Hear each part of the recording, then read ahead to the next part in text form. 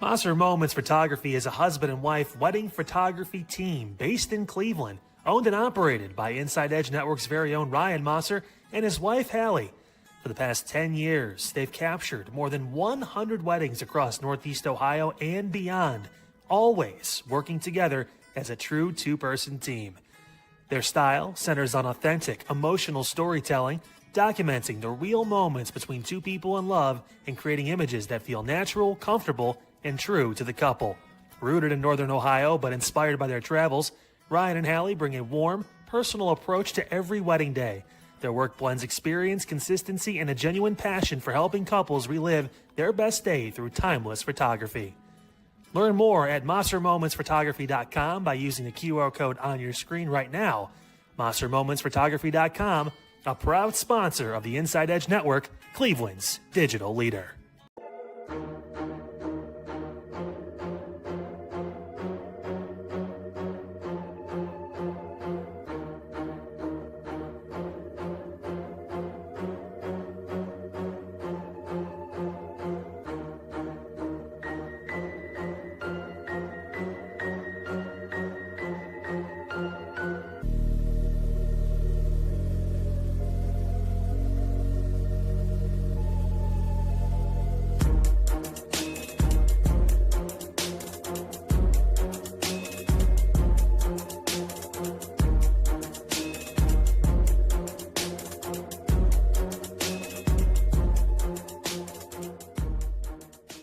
Fanatics isn't just our name, it's who we are. Loyal, passionate fans dedicated to our favorite teams and to the sports we love. That's why we're honored to be able to offer fans the world's largest collection of official sports apparel and sports jerseys from all the leagues, teams, and players you love. We feature a wide selection of gear from every league, including NFL, MLB, NBA, NHL, and NCAA merchandise, which allows us to serve fans of football, baseball, hockey, basketball, lacrosse, soccer, golf, and everything else that gets your heart pumping. Go to Fanatics.com by using the QR code on your screen right now to celebrate your teams. All right. They did it again. They did the thing again. And with that, welcome on in to the Cavaliers postgame for Game 2, brought to you by the fellas at Inside Edge Primetime. That's Chad Bryan to my right. You're right. I'm Eli Moon. We are having a tough time right now, folks, because the Cavaliers continue to just drop the ball. In fact, so much so they mirrored my camera to start the show. And it's been a day, Chad, and it's been an evening. I mean, a very great day to start the day. Unfiltered with Kyle Cornell, 5 to 6 p.m. here weekdays here on the Inside Edge Network. It was a great show, and he highlighted some things, even with the Cavaliers. And we'll dive into that a little bit later on. We'll be with you for the next 2 hours or so, leading you up to midnight. So Cavaliers post game, and then we'll guide you into Midnight Run with Anthony Alford here on the Inside Edge Network. Of course, if you're just tuning in for the first time, hello, that's Chad. I'm Eli. Make sure you give a like, subscribe, follow all of the great stuff Inside Edge Net on all the socials: YouTube, X, Facebook, Instagram, and TikTok. All of those socials. Your support means the world to us. It keeps us rocking as Cleveland's digital leader and your source for sports, entertainment, mental health news, and everything in between. We appreciate you. All right. Now that we have got the fun stuff out of the way, Chad, let's dive into it. It's not going to be fun. This is going to be sad. But the Cavaliers drop another game. It just seems like it was like literally identical to Game 1, except for just a different score. But the Cavs lose again by 10. Yeah. Dropping Game 2 to the Detroit Pistons 107-97. And Chad, it just seems like this team has, first off, nobody that's going to help whoever's scoring that night. Whoever it is, it could be Donovan Mitchell tonight. It could be James Harden every now and then, and we'll get to that later. It could be Evan Mobley. It could be Jared Allen. But nobody wants to actually score after that. It's just one guy, and that's all we get. Donovan had a great game tonight. I mean, he shot all right from the floor. But ultimately, it's just never enough because they don't have a second guy to go get a bucket. It's like Double A asked literally a few days ago, who's going to go score? Who is going to go score and win this game for the team? And I don't know who it's going to be, Chad. I understand where, and I'm curious your thoughts. I understand where Kyle Cornell was already coming with the James Harden take. You know, I understood it. Now I truly understand it. I mean, what an abysmal game by James Harden, Chad.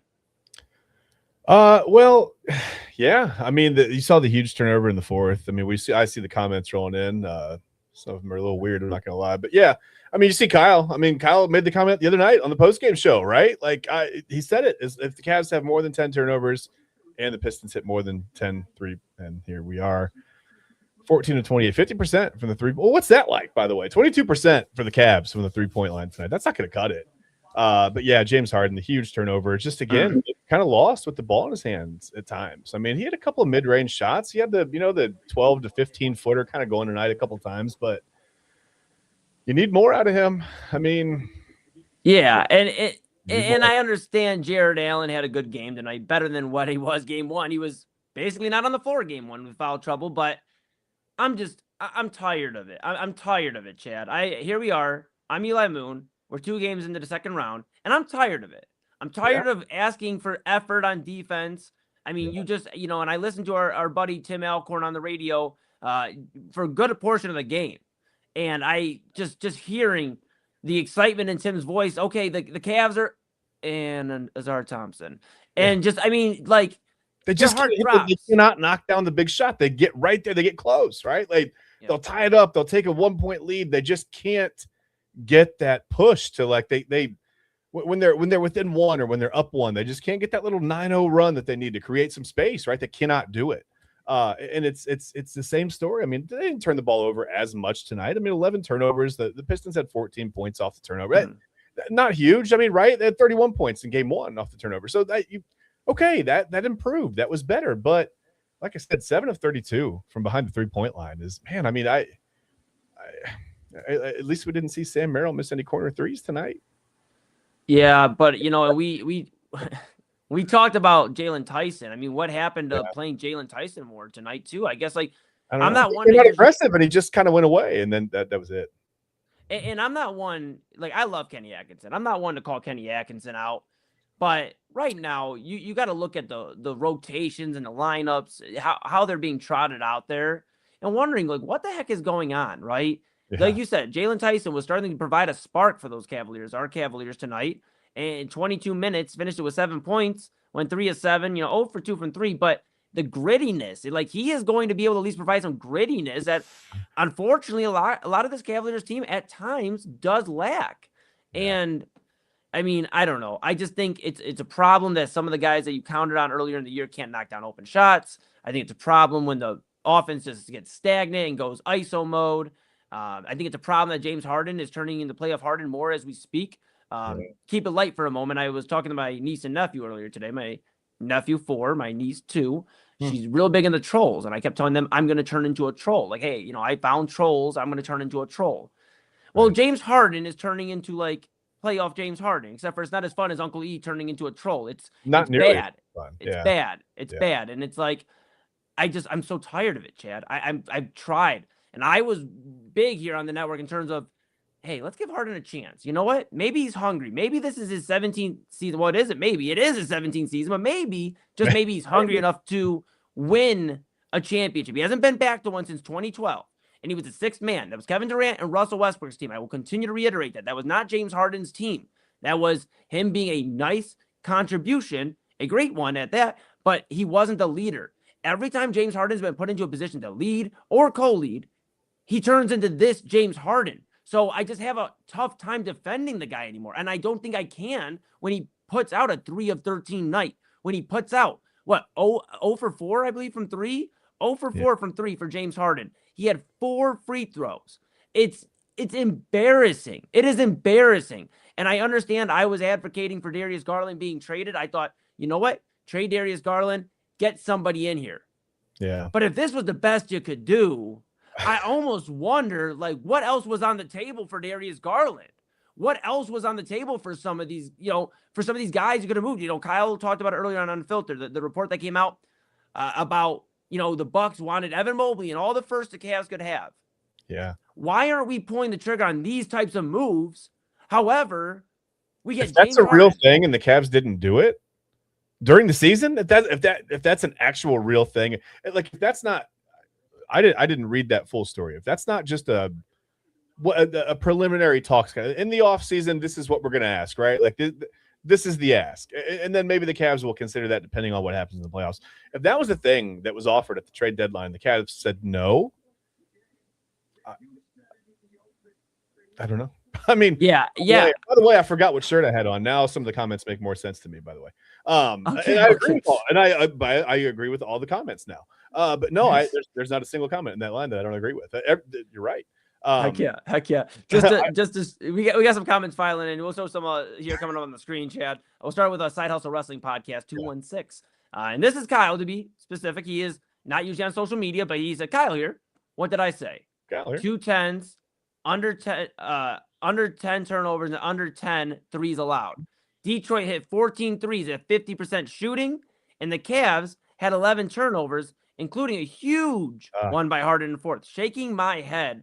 And Kyle, I mean, we tend to agree with you. I would believe. I don't want to speak for Chad too, but I agree. I agree with all the comments I see on the screen right now. I mean, James Harden literally dribbled their comeback chances right into the floor. I mean, yeah, and you mentioned the comments here, Chad. Let's get we appreciate you guys tuning in and giving your thoughts as well. We're here all night with you till 1 a.m. So we'll be here till midnight. Then I'll kind of sneak behind the scenes, and Double A will get unhinged. But Derpy 501st 2 said, honestly, just sell the entire squad. The face on Mitchell looked like he's going to New York, not going to lie.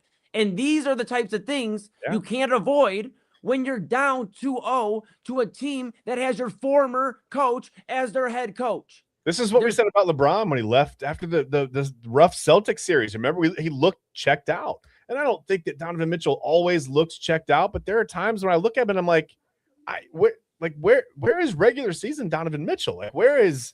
Like, we've seen him explode for 70 points, man. We've seen him. I don't know, man. I don't know.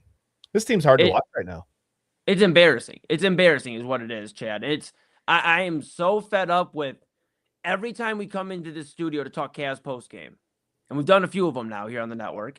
And thanks again. If you're tuning in for the first time, hello. We're usually not this angry, but I'm fed up with the Cavs just got to have more effort. Yeah. I'm sorry. What more motivation do you need? You're in the second round of the NBA playoffs, a round that has literally stopped you in your tracks every time. Yeah. As a core 4, as a core 3, with James Harden on his own island, as Kyle said earlier. I mean, what else do you need? So is it effort? Is it the defense that you just have no fundamental defense at the most critical moments of the game? Or is it just we're in it for ourselves? Because to Derpy's point, I mean, here's the reality of the situation. Yeah. If these guys get bounced, if our Cavaliers get bounced quicker than we thought, which they got to go win both, not just one. You have to win both in Cleveland now. You have to. If you get bounced, the Cavaliers get bounced, just get prepared for a whole new Cavaliers team. Yeah. The poster downtown Cleveland right outside Rocket Mortgage Arena, that's going down. They're going to completely put a whole new one up. Just get used to some new faces because everything's on the table. Mobley for Giannis, if he even wants to come to this situation. Donovan Mitchell, we'll have conversations about him. All of these guys, Chad. I'm so heated because I'm so tired of asking a team that can't get to an NBA Finals as a group to want to get to the NBA Finals. OKC doesn't have this problem. San Antonio doesn't have this problem. New York, I know they have their troubles, but they give a damn about their team. Yeah. Listen, I know a lot of people probably maybe, well, at this point, I'm sure you might be fine with it. But a lot of people before would have said, no, don't trade Mobley for Giannis. Don't do that. Do you think if Giannis were here and let's say we have Giannis on the floor, do you think 9 points and 1 rebound is the stat line that you're going to get out of Giannis Antetokounmpo? I mean, do you think that's realistic? Do you think we would see 9 points and 1 rebound? And what's essentially, it felt like an elimination game tonight. It felt like you had to win one of these first 2 games on the road, right? I mean, what are they? Are they 4-13 now? In the Donovan Mitchell era on the road in the playoffs, 4-13. Yeah. It's embarrassing, Chad, and it frustrates me. And I just, nobody usually sees me like this on the network. Usually I got all smiles, but tonight, ladies and gentlemen, I cannot smile anymore about this Cavaliers team.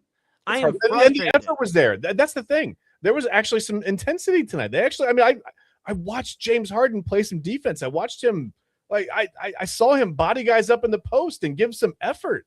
It's just not there. I don't know. I mean, I don't know how you even fix this. first of all, you got to hit some threes, right? You've got to knock Yes. that. They had wide open threes they couldn't knock down. Mm-hmm. And I get it. Sometimes you're trying to rush through your shot a little bit. Somebody's closing out on defense, whatever happens. But 7 of 32, that's not going to get it done. 9 points, 1 rebound out of Evan Mobley is not going to get it done. All the turnovers in the – I mean, how many – Harden had 4 more turnovers tonight. And it wouldn't be a problem if he didn't have 374 turnovers coming in over the last, 5 or 6 basketball games. We wouldn't even be talking about 4 turnovers tonight if it hadn't been a problem for the whole Raptors series, right? Chad, here's the brother. I'm going to be so honest with you.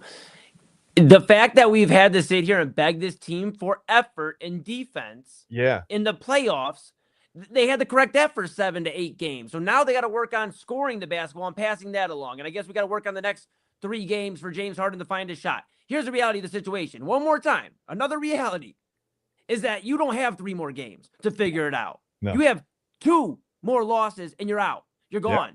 And it's going to be another year. It'll be 10 straight years without an NBA championship. And that sounds a little selfish. I get it. We're Cleveland's digital leader. And we're all aware we spent 52 years without a Cleveland championship. But there is a standard, Chad. And we'll talk about this when we come back from break. We're going to go to break here in a moment. But there's a standard when you win an NBA championship.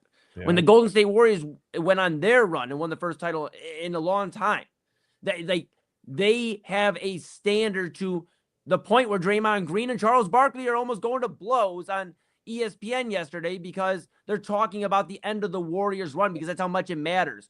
If you ask James Harden or any of these guys right now how much it would matter to win in Cleveland, I couldn't tell you how much. And I don't mean to call these guys out, but if you really wanted it, you'd get it. Instead of every report coming out that if the season ended and the Cavs don't get it done, then you might have to say goodbye to Donovan or, Mobley might have to. Why are we having these conversations? And I know reporters are going to report it, and we appreciate the great reporting that is out there, and we appreciate all that. Why are these stories constantly coming to light? Instead of looking for a better situation, maybe look at the situation you have. Kenny Atkinson's won Coach of the Year.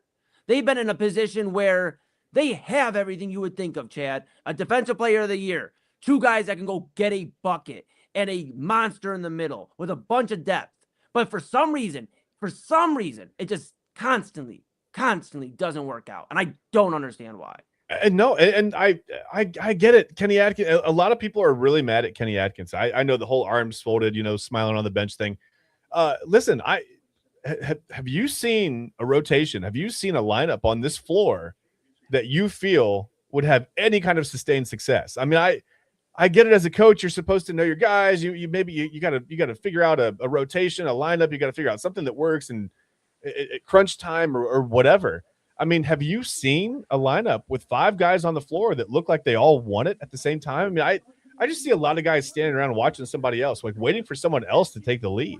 Instead of 4 or 5 guys out there playing with intensity to try to you don't have to know each other that well to play hard together, right? It's frustrating because tonight the defensive intensity was there, right? They didn't have a ton of turnovers, but then you get on offense, and again, they're not having good possessions. I mean, it's just guys standing around watching, like waiting for Donovan Mitchell to do something or waiting for James Harden to do something. I would say waiting for Evan Mobley to do something, but we'd all still be waiting. It's frustrating to watch because it's like they don't understand what their identity is. And no one is stepping up to take a leadership role, to just take the team by the reins and say, hey, look, this is what we are. This is what we're going to do. And let's just do it. I mean, I'm trying not to swear, to be honest with you. I know you're being very good. You're being very good right now. I've got it covered for us tonight. Don't worry. It's frustrating to watch a team that's so talented not have anyone that can step up in these big moments to do anything but just dribble the ball to the floor and turn it over. And you know what? It's a slap into the face of Kobe Altman in his front office, too. I'm going to say that. They spent way too much money for this. Way too much money. It's a slap in the face of Altman. Yeah. Altman, Dan Gilbert, the owner of the Cavaliers, who has never been afraid to spend some money. Oh. It is an embarrassing thing. And you know what? Also, why it's a slap in the face is because you had the coach in-house that is currently leading the team that is whooping your ass. Like, what else are we doing here? Because he wasn't a playoff coach. Remember, he's up 2-0 on you right now. By the way, JB Bickerstaff, you might make us all eat our words here in Cleveland. Yeah, I've been talking I know Chad hasn't been as harsh as necessarily me, but yes, we are heated here on the Inside Edge Network. And usually he would come in around midnight. You'd hear the coffee brewing. I think he started the coffee around 3 minutes left in the fourth quarter. We'll have Double A Anthony Alford, the program director. I'm just, I'm done. I'm done. Not great. No, I probably shouldn't have done that. Yeah. Grab your caffeine, grab your dinner. We're not going anywhere. In fact, we're just getting started. We're here with you until 1 a.m. That's Chad Bryan. I'm Eli Moon. This is Inside Edge Primetime. We're covering Cavs Game 2. They fall again tonight, Game 2, 107-97 to the Detroit Pistons. They come back to Cleveland to figure it out. We're going to figure it out here. Thank you for joining us. And after the break, like I said, usually around midnight, but he's going to join us for a segment a little earlier. Then he may take a nap and then come back later. But Double A Anthony Alford, the program director and host of Midnight Run, is back here on the Cavaliers Game 2 postgame show on the Inside Edge Network. Right after this.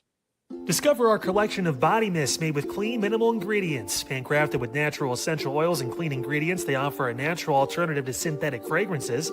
Perfect for sensitive skin and those seeking clean, mindful self-care, and the perfect gift for you or your special someone. Courtesy of Alley Rose Fragrances. First-time customers, use that promo code InsideEdge20 to receive 20% off your order.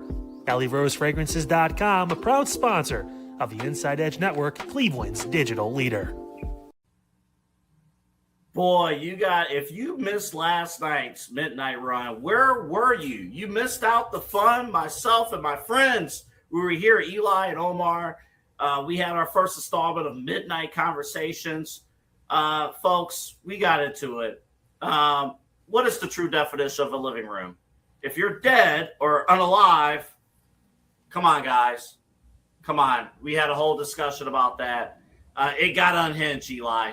It sure did, Double A. We finally have made it to the unhinged behavior that the folks and the fans out there have been waiting for. And yeah, I mean, a living room is a living room, you know? Omar, do you agree with that? Ask the ghosts in my house. They might have another answer for you. Unbelievable. If you missed it last night, you need to go back and watch Midnight Run. Also, shout out to my buddy Spencer German. We talked Cavaliers and Browns, reacting to Pistons and Cavs. Speaking of which, coming up tonight, hopefully, we're celebrating a Game 2 victory. We better be celebrating a Game 2 victory or off. I'm going to go off on this. We'll see you later tonight. Midnight Run at midnight right here on the Inside Edge Network. Find us on InsideEdgeNetwork.com for the latest information on your favorite shows, personalities, and network partners. Plus, guess what? We have a merch shop. That's right, we have network polos, t-shirts, champion jackets, hats, and bottles. Rep the network. Every purchase supports independent sports and entertainment media. Use the QR code on your screen right now to check out InsideEdgeNetwork.com. That's InsideEdgeNetwork.com.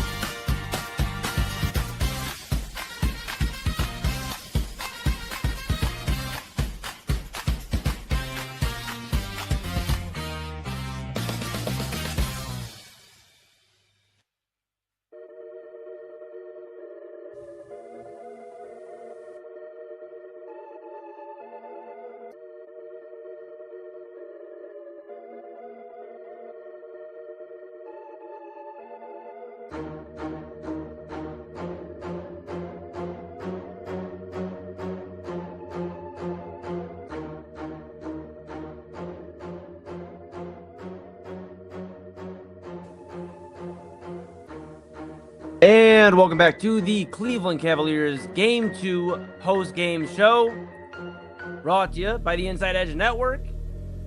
The Primetime guys taking care of the show for you tonight. Chad Bryan over to my right, which, ladies and gentlemen, would mean he's over to your right as well. The game's over, all right? We joked around the last few days that, okay, you know, I'm supposed to be left, right, whatever. Chad, I don't have time for it tonight because, quite frankly, the Cavaliers have pissed me off. They pissed you off. And you know what they've pissed off?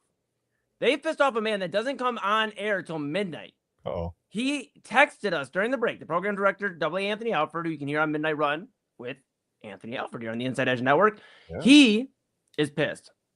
And if you've seen AA, I've seen AA pissed. For anybody that's never seen AA pissed, here's AA pissed. Here's Anthony Alford. He's joining us now. Come on, you're supposed to look pissed. Okay, all right. Yeah. I mean, AA. I mean, dude, it's all jokes aside, pal, this is embarrassing. I don't know where to start. I mean, I think we kind of covered a good portion of like effort, the defense, James Harden just doing playoff James Harden things. Where would you like to begin? James Harden should not play another second in this series. Not another effing second in this series. He is an absolute travesty out there, an absolute embarrassment to not be able to hold on to the ball, create any kind of plays whatsoever, playing ISO. How can you play ISO ball and not know what to do with the effing ball? How? You tell me. Yeah. What is he doing out there? He doesn't effing know what he's doing out there. He should not play another second of this series. Yeah, I mean, it's embarrassing, AA. It's when you look at it, you know, Kyle obviously had some very strong takes after game one of Harden should go to the bench. We are now at the point where we don't know, like you said, we don't even know if we want to see the guy. Keep his ass in the locker room. No, forget the bench. Keep him in the locker room or send him home. He doesn't know how to play basketball right now. He wants to play. It's wild. Yeah, and you wonder, AA, right? You know, you see Jalen Tyson get a little bit more minutes tonight, or at least a quicker run, and he was very efficient for a second there. And some of these other guys that are actually providing value, and I understand the Cavaliers, this was their big trade. They got, you know, I know they also brought in Dennis Schroeder and Keon Ellis for DeAndre Hunter, but the big trade was Garland for Harden. And I don't understand, if you're the front office right now, how you can justify this, because regardless of all the regular season success and the fun we had and James Harden and Travis Scott coming out after a post-game interview, all the fun, this is something that we talked about back in February and March and April. And here we are in May, and it's happening. I mean, here's the reality of the situation. If I go watch a movie, AA, and I watch the same movie, I put the same disc in, it's going to be the same movie. And that's what we've watched for the last over a decade with James Harden. I'm just so tired of it. Well, and you mentioned about the team and what the team's look. Let me make this quick point about James Harden. In the fourth quarter of tonight's game, 0 points, 0 for 1 from the field, 0 steals, 0 blocks, and all that. That's James Harden. This was the team.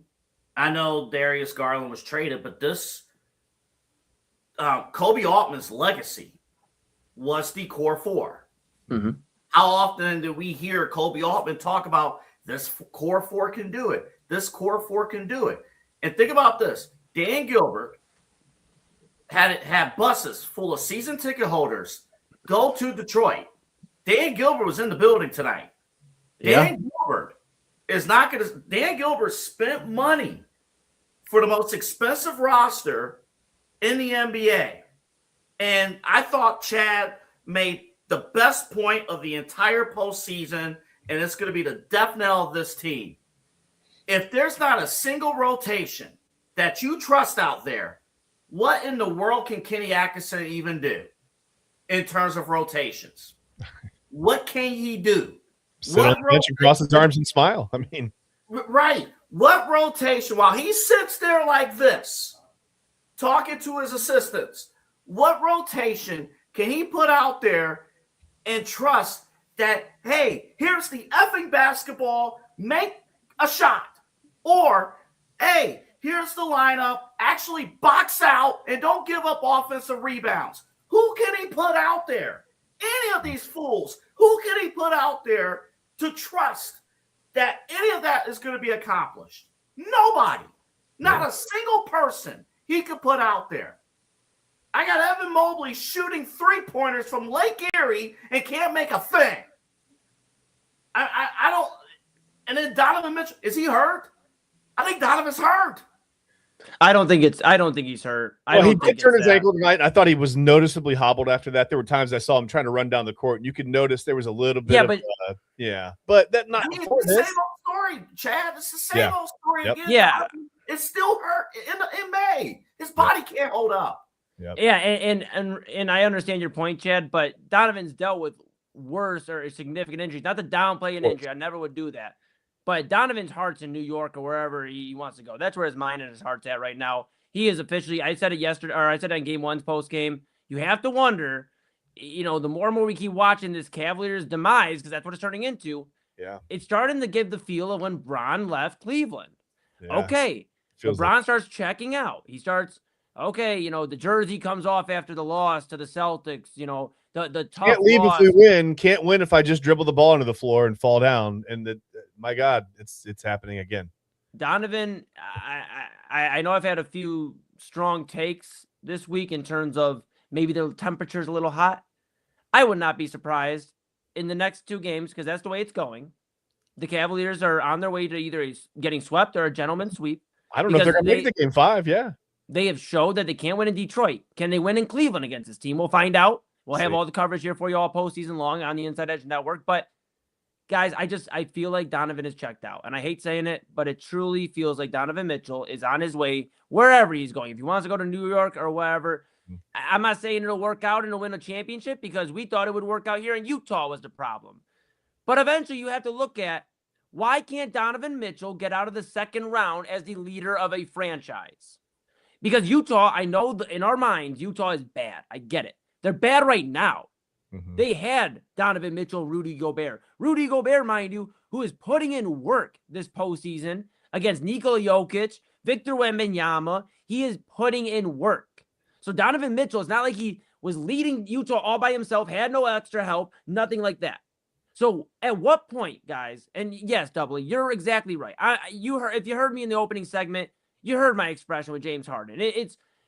I think we're checked out on the experiment. It's over with. But it goes deeper than that, because Donovan Mitchell is the main constant. He has been, while we've been waiting for Evan Mobley to become whatever Evan Mobley is going to become. Can somebody please tell me what Evan Mobley is going to become? Kyle talked about that earlier. Yeah, exactly. He is what he's going to become. He is right now what he's going to become. This is it. Exactly. This is it. This whole Evan Mobley's going to be the next Giannis. Get that out of your system right now. This is it. He's going to be a third or fourth option on an above-average team. Exactly. And then, fellas, you look at Jared Allen.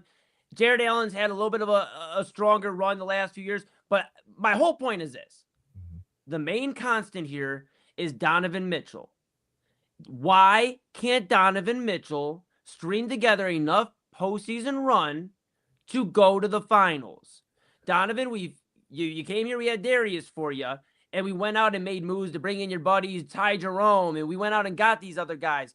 Donovan, we don't know if it was you, but we'd imagine you had some say in Darius Garland being out of town, and now you get your wish of a guy that can go get a bucket. Unfortunately, James Harden's bucket getting ends around mid-April, and then we don't see it till October. And that's my biggest question, guys. We could talk about James Harden. We could talk about Jared Allen. We could talk about Evan Mobley. We could talk about Kenny Atkinson against J.B. Bickerstaff for all that matters. The biggest question that I think a lot of people here in this city want to avoid, not us, but I think it's time we ask it again. Why can't Donovan Mitchell get enough out of his teammates to win? It falls back on the leader. If the leader can't get these guys to want to play a second round matchup, then he's not leading well enough. And I'm not saying it should ultimately all be on him. These guys got to want it too.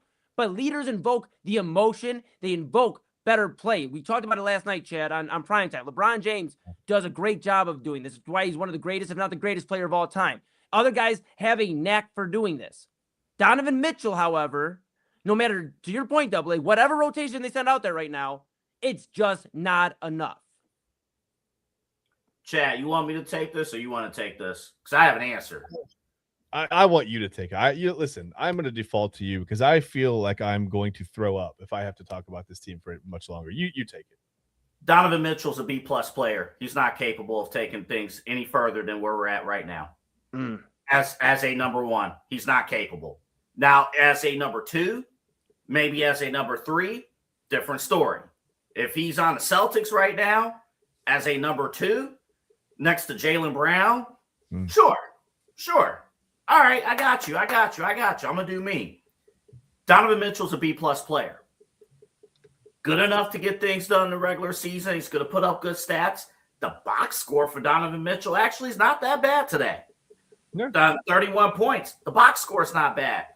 When you watch the game, as we all do, as the fans watching this show, when you watch the game, when he's facing tougher competition, when they can game plan against you game by game, he doesn't have enough at his arsenal. His offense, Eli, is not dynamic enough to overcome shortcomings. It isn't. I think it's that. Yeah. Real quick, in terms of leadership, in terms of what he's able to do, he is very limited against elite players. If he's your number one, as we're learning in these last 4 years, Donovan Mitchell as your number one, this is the ceiling right now. And you wonder, and Chad, actually, I want you to go first, Chad. You've been so patient. You go ahead. I'm not patient. No, I'm kidding. I just think that I think we live well. This is an NBA where I don't know that your leader, that your franchise, the face of your franchise, your leader, the guy that's going to lead you to the NBA finals. I'm just not sure it can be 6'1". I just think that's where we are right now. And I no knock on Donovan Mitchell. I mean, you can't help when you stop growing, man. He's a great player. He's just not destined for greatness. Like, he's just not I don't see him being a vocal leader. I really don't see him being a leader by example on the floor. He's kind of out there in his own world. He's just sort of like off on his own thing. And I mean, every once in a while he has a really nice take. He'll finish with a little floater in the lane or whatever. And you're like, okay, here we go. And then to Double A's point, he just kind of shrinks to the competition the next couple of times down the floor, and James Harden dribbles it into the ground. And I at this point, I'd just rather see Dennis Schroeder and Keon Ellis for some minutes in Game 3. And Jalen Tyson, and some Jalen Tyson, Double A. Sure. And real quick, when I hear Donovan Mitchell in reports saying that he doesn't feel pressure, I feel pressure running this network every day to land sponsors, to make sure that we put out a great product on a day-to-day basis, to make sure this is done, that's done. And the fact that in round 2, Donovan Mitchell does not feel pressure he doesn't even have a championship mentality. No. Elite players, when they are winning championships or at least contending for championships, there is that sense of urgency. There is that, hey, you know what? I may have to do a little bit more. I don't like James Harden at this point, but at least James Harden, there is a sense of urgency. He's just doing it the wrong way, but there's a sense of urgency. Donovan Mitchell, when I hear that quote, there is no pressure, that told me all I need to know. He cannot be a number one player on a championship contending team. He doesn't have the mindset to do it. Well, and here's the thing, fellas. I mean, we could dissect the height. We could dissect all of that. Here, to the point, Chad, you know I love you, but I'm going to also bring up Isaiah Thomas is what? 5'10"? 5'10"? Isaiah Thomas played for the Celtics, led them to an Eastern Conference Finals. How many years ago, though? I get it. but it's not that far off. It's really not that far off if you think about it. We're still in that era. Well, when you get to be my age, everything's a long time ago. Doesn't matter. But I guess my point is we've seen shorter players succeed and get to the finals. So I understand the 6'1" discussion. I just think he doesn't have that dog in him, to Double A's point. I think he doesn't have that dog in him. And I'm sorry to be that guy. And I hate saying it. I'm very Mr. Positive a lot of times. Yeah. My blood pressure is through the roof right now because I am so tired of Donovan scores 31. The box score looks sexy, but you know what doesn't look sexy is a 10-point loss. And we continue to go over the same thing. Donovan, to Double A's point, is a B+ player because he's never you can't have a championship level mindset when you don't expect to get to the championship. There is no pressure. Donovan's going to get paid. As far as Donovan's concerned, he'll be one of the most sought after guys, whether it's staying in Cleveland or going somewhere else. He's going to have another landing spot. This isn't the end of Donovan Mitchell. This is the end of a Cavs era, and they're going to have to retool, reshape, rebuild, whatever have you, if this continues on this series. And I guess that's the biggest thing that I have a problem with is you look at the entire run. Maybe we got bamboozled by Utah after all. And I know they haven't put it together all the way, but maybe we got screwed. We gave up all those firsts. Lauri Markkanen, I still miss to this day. And I know somebody out there in the comments is going to dog me for being like, Lauri Markkanen, check the stats. Yeah. Lauri Markkanen, they gave up some significant guys. Yeah. And what have we got out of it? I know the Jazz are still on their rebuild. I get it, but they've added some nice pieces, and we'll see now that the NBA is enforcing the new draft lottery. What have we got out of it? Double A, we've got about as far as we would have with a team of Kevin Love and Kyrie or something without LeBron or something. That is what we're experiencing. We are missing the star. And in what Kyle went over earlier on Unfiltered, with the report that the Cavs may have had an opportunity to go get Giannis and it would have cost them Mobley and all the firsts, and they didn't pull the trigger, if that was that close to Chad's point and the Kyle's point, that's mind-blowing. You're telling me you'll pull the trigger, and as much as I was ready to move off Darius Garland, you're telling me you're going to pull the trigger straight up, Darius Garland for James Harden. But you're not going to pull the trigger for the better version of Evan Mobley. Because Dan Gilbert trusted his team. He trusted the front office. The front office sold them on the core four, and it sold them on how the core four could work. And again, once you start game planning on a day in, day out basis, there are several holes that you could take advantage of, and they have. And I guess what I'm saying is, look, in my dream world, they go out in game 3, Cleveland, and blow out Detroit. Yeah. Mentality-wise, they might get the W, but they won't blow them out. They won't put belts to asses. That won't happen. That's just not how they roll. So, and my last thing is this, and then I'll save the rest for my actual show later on. I wanted to jump on because I can't yell at midnight. Yeah, right. But my last point is this. Think about what Dan Gilbert is thinking right now. To your point, Eli and Chad, think about what Dan Gilbert is thinking about right now. I fired the head coach that's whooping our ass right now. I invested more money in a roster than anybody else in the NBA. Yep. And we are still down 2-0 in the series, and not a single effing rotation is working, and we are not delivering on effort across the board. It would not shock me if this season is over this point next week. This is over. This is done. Even Mitchell, this is done. They'll do their due diligence and try to get Giannis, but the field is wide open now. And this is done. This is it. You can't run this team. This is a fun regular season. We're going to talk about this team how we talk about the Guardians. This is a fun regular season team that can sell tickets, win games, sign autographs for the kids. And then come playoff time against grown men, they get put down like an old dog. Well, I'll say this, Double A. My final question to you, maybe you can answer this during Midnight Run. We'll let you get back after it. Let you calm down for a second. Hey, back to yesterday. If you tell somebody to calm down, will they actually calm down? I will No, find out tonight. no, Yeah, exactly. no. Exactly. All jokes. Yeah, make sure you go check out Midnight Run yesterday if you have no idea what we're talking about. It was a wild conversation here on the Inside Edge Network.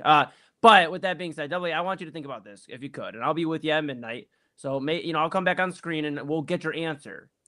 This series falls apart. Obviously, Evan Mobley's on the table, Jared Allen's on the table, James Harden will figure it out. We keep talking about, well, maybe we rebuild around Donovan, we retool. If you're a Cavs fan and you're watching this effort through most of the playoffs, inefficiency, wondering where the Donovan of 2-3 years ago, where he actually moved the ball, actually had some movement in his offensive game, played a little bit better defense. If you're a Cavs fan and this goes the way it's going, do you want Donovan Mitchell back in Cleveland? I think if you keep him here, you got to build on top of him. You can't build around him. You've got to, like Double A said, he's a great second or third option. You got to put a couple guys on top of him, not stack him on top, but you got to get a guy like Giannis in here. You got to get a guy who's going to be willing to go do the blue collar work.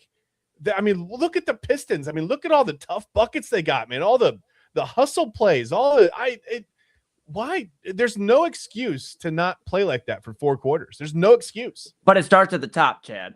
Yeah? It starts at the top. I agree with everything Chad said. I agree. Here may be the problem. How do you tell somebody that was the man here, now you're on the B side? Now you're the number 2. Now again, bust out the PowerPoint presentation. You show the results, right? You could, but if the dude's saying he doesn't feel pressured, then none of that will matter. I think, and then it'd be okay being the third option. True. That I agree. But we've seen that work. Kyrie was the number 1, and then LeBron came back, and it worked for a couple of seasons. I mean, it worked in terms of getting a championship. Yes. But Kyrie left. Yeah. Kyrie wanted to be on his own.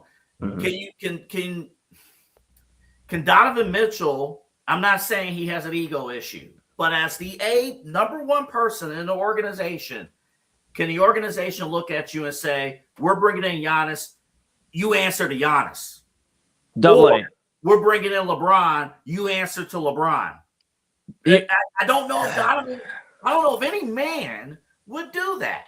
Well, then he doesn't want to win. He doesn't want to win then, Double A. Do you want to be a superstar that never won a title? Go ask James Harden how's that been going for in the last 16 years. Or do you want to be a great player that wins a championship? There's a lot of guys that have been okay stepping to the side, being a superstar or being that second option. I mean, we joke about the Miami Heat, and I know I'm dating myself. Chad just yelled at me for talking about something in 2018, so now I'm really dating myself. But you look at this, LeBron, Wade, and Bosh. Are you trying to tell me that Dwayne Wade had no issue with stepping down? I'm sure at one point he was like, "This is my squad. I've been with Miami my whole career. I'm here. Like, what do we do?" But Dwayne Wade understands the bigger mission, and that's why Dwayne Wade's one of the greatest players of all time. It's why he's in arguments of top 3 shooting guard of all time in the NBA's history, because he understood the assignment that I don't have to be on all the magazine covers and be the one last signing all the autographs. In fact, it'll be nice to chill and win, Chad. Exactly. Win. So does Donovan Mitchell want to be a superstar that doesn't win? Because you can look to your right or your left, wherever James Harden's standing on the court that day, and see how that's been going for him. Charles Barkley was on some great teams, right? We don't remember him as being a winner. We remember him as maybe one of the better players in the history of the NBA to not have a championship. And that's not a personal, it's just the way that you're remembered. I'd rather be remembered as the third option on 5 championship teams than the best guy on a team that never got to the finals. Yeah. It's going to be a decision, and we'll talk more. That's a great question, Eli. We'll talk more about this question on Midnight Run later on. It's a decision that Donovan's going to have to make. Any organization, they're going to have to make, and Donovan's going to have to make. But other than Donovan's the one. That's the key. Everyone else, good riddance. Whatever. It's just, I don't care. Nobody cares. The fact that we're yelling, the fact that national media is yelling, you got Charles Barkley yelling, why is this team not as good as they could be? This and that. And this team does not care. They get the only person that has shown fight is Jared Allen in Game 7. Yeah. Jared Allen played that Game 7, guys, like he was tired of being bullied. Mm-hmm. None of these guys, I thought they turned the corner. I thought they were going to turn the corner when that happened, but here we are. Here we are, folks, and here we are in the Inside Edge Network. They turned the corner and ran into a different wall. Sorry, I'm done. We don't have a lot of smiles on our face tonight, but we are still happy to be with you here for the next 3 hours or so. 2 hours now. If I'm losing count of hours. I don't sleep. W Energy. Make sure you use the code InsideEdge10 for 10% off, and so you can stay awake with Eli Moon and the Inside Edge Network, because Double A is going to be up with you after us midnight run with Anthony Alford. If that didn't let you know what he's going to talk about a little bit, then I mean we're all missing the plot. But make sure you we'll also talk about the Love Boat tonight. There's some developments. The Love Boat. Like, subscribe, follow all the great stuff Inside Edge Net on YouTube, X, Facebook, Instagram, and TikTok. Make sure you follow, subscribe, like, all that, so you can stay tuned in with Cleveland's digital leader. That's us, the Inside Edge Network, and your source of sports, entertainment, mental health, conversations, news, and everything in between. And I know the Cavs disappointed us tonight, but you know what won't? The InsideEdgeNetwork.com. It's a great website. It's absolutely cool. I'm a little biased, but if I was unbiased, I'd say the same thing. It's great. You got the shop page and go over there, get some great hats, shirts, mugs, all the great stuff. I mean, there's so much to look at there. You go over to our partners page right above AA right now. It's a QR code. It takes you to the partners page. And you've seen from some of our great partners, of course, shout out to W Energy, sportsmemorabilia.com, Monster Moments, Alley Rose Fragrances, and Fanatics.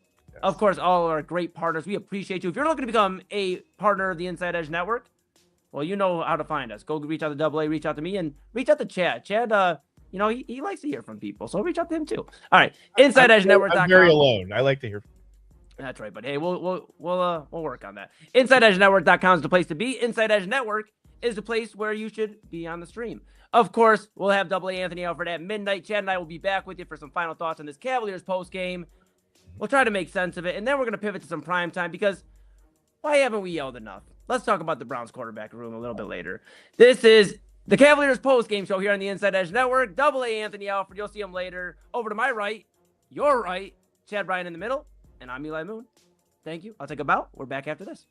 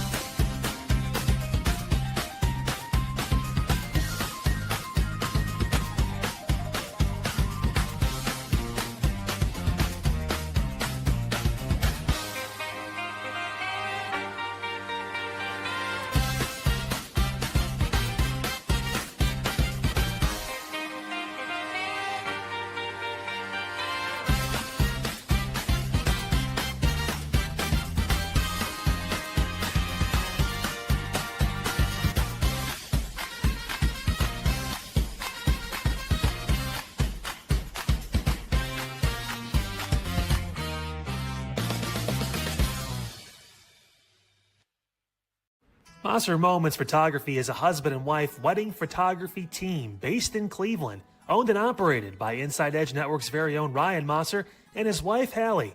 For the past 10 years, they've captured more than 100 weddings across Northeast Ohio and beyond, always working together as a true two-person team. Their style centers on authentic, emotional storytelling, documenting the real moments between two people in love and creating images that feel natural, comfortable, and true to the couple. Rooted in Northern Ohio but inspired by their travels, Ryan and Hallie bring a warm, personal approach to every wedding day. Their work blends experience, consistency, and a genuine passion for helping couples relive their best day through timeless photography.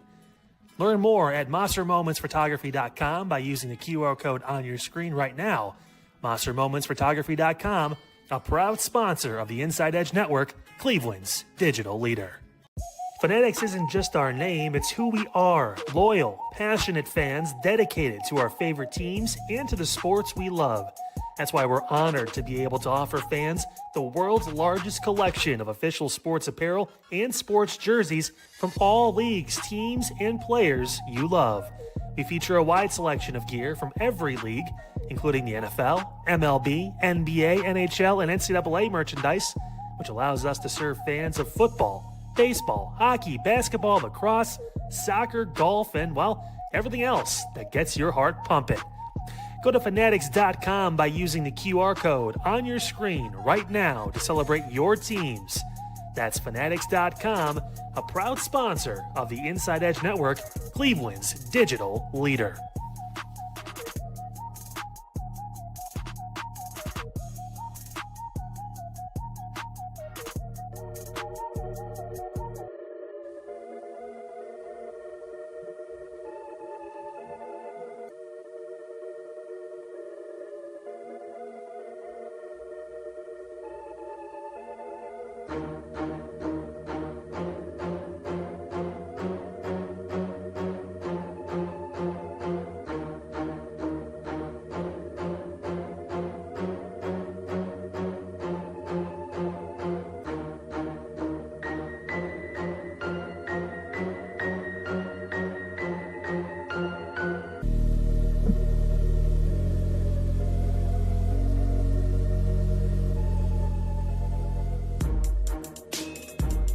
And welcome back to Inside Edge Primetime, Cavaliers Game 2 post-game show here on the Inside Edge Network.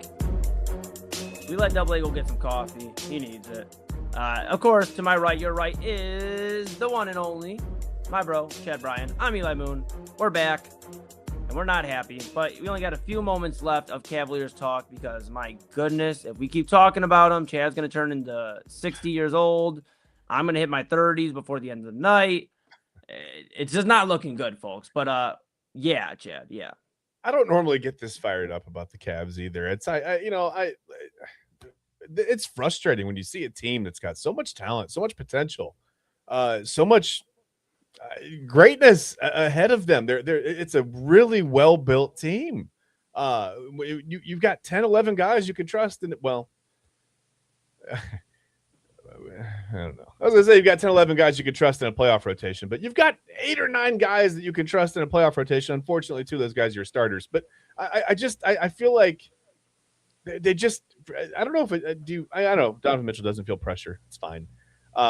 Is it just – is this a nerves thing? Is Donovan Mitchell feeling – is James Harden feeling – 17 years in the league, you would think this would be like – just a Sunday pickup game at the park, man. Like you go shoot around with some friends, and that's exactly what this is right now for them. Well, because yeah, there's no intensity's gone. Yeah, you're right. Yeah, there's no ball movement. We're playing ISO ball to double. Maybe they're too comfortable. Maybe they're just too. Maybe it's not a good thing to not feel pressure, right? Maybe you want to feel a little bit of pressure, and you don't have to succumb to the pressure, right? You don't have to give into it and collapse and crumble under it. You can feel it, and you can let it drive you. Like think of like Kobe Bryant, right? Kobe Bryant, I'm sure he felt pressure to go out there and not fail.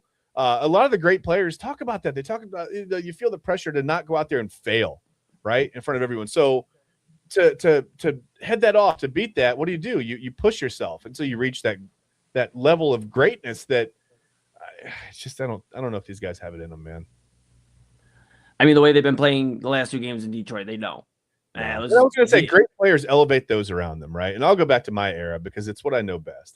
Think about Michael Jordan. Think about the names that you know from that Bulls dynasty that you wouldn't know if they had played in Utah at the time, or Sacramento at the time, or wherever, right? Luke Longley, Craig Hodges. I mean, Craig Hodges was great. He won the 3-point contest, I believe.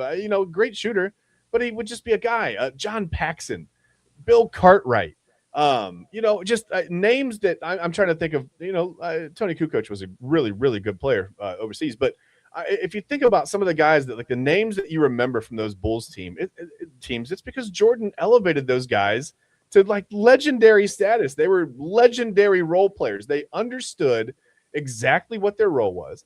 They understood exactly what the parameters around their game were. And they played within those parameters, and they did their job, and they did it really, really well. And that was it. They didn't try to do more. They wouldn't dare do less, right? Not with Jordan there. And they got it done. Chad, let me ask you this. What is the Cavaliers' identity? Nobody knows. So how can you win an NBA championship if you don't have an identity? You look at OKC. They were last year. They were young. They had an offense that moved very well, but they played in unison. They fought, much like this Detroit team. Yeah. They fought for every whistle, everything they wanted. They went out and got, and of course they had an MVP by Shai Gilgeous-Alexander. I get it. But hey, last time I checked the Detroit Pistons, the similarities are there. Cade Cunningham in the running for MVP. So you look at all of that, and you go, okay, OKC had an identity. Okay. You look at the Lakers. What was their identity? Well, LeBron and the team built around them, and that was the thing. And you look at some of these teams. What was Golden State's identity? Well, they shot the lights out of the ball until you couldn't stand it anymore. You look at the Spurs. It was the big three. That was their core. And they played a lot of defense and hit their open shots. And they made sure to make you pay if you left them open. Mm-hmm. Every championship team has had an identity. The Cavaliers don't have an identity. Yeah, they don't. It on the fly, and it's not working. Some days they want to play defense. Some days they don't. Some days they want to give effort. Some days they don't. Some days they want to shoot the lights out of the ball. Some days they don't know how to hit this other side of a barn. Some days they're really good at that pick and roll, pick and pop game with Evan Mobley and, Donovan Mitchell, whatever, James Harden, Jared Allen down the post. Sometimes they literally cannot find each other with the ball. And a lot of that is James Harden dribbling the ball. It's the ISO ball. It's the turnovers. It's just but they weren't doing that. They weren't doing that much ISO ball in the regular season. So why are we doing it now? Why are we switching? We were moving the ball. The whole big thing was Harden's moving the ball in the regular season. Harden's moving the ball. He's getting the bigs involved. Everybody's happy because everybody's getting fed the ball, and Jared Allen's getting off to an early start, and everything opens up from there. And then playoffs come, and James Harden goes, playoffs? Okay, well, let me just start playing ISO ball like I've done on every other team. James Harden, hold on the ball for 21 seconds, and then we're gonna rush a shot up. No problem. You're 36 years old, and I say that with all due respect because my co-host, my bro, is 46 years old. But I think if we sent Chad Bryan out there right now, I know 2 things. Careful. He'd give some effort. Okay. And he'd play defense. I don't know if he shoot very well. We're not asking for shots right now to Chad Bryan. Man, I used to asking for something. That was 100 years ago. Yeah, I don't know. I don't know. But the effort would be there, sure. And I think I would know my role. And my role would be to sit down on the end of the bench and never play. And, I'd clap really hard or whatever. I'd yell some stuff from down there. But so you tell me you're Dylan Gabriel. Is that – oh, sorry. Sure. That's next segment. No, that's next segment. Football 15 or 20 yards. Yeah, no. I mean, I think I could do that. It's going to be a hot show tonight.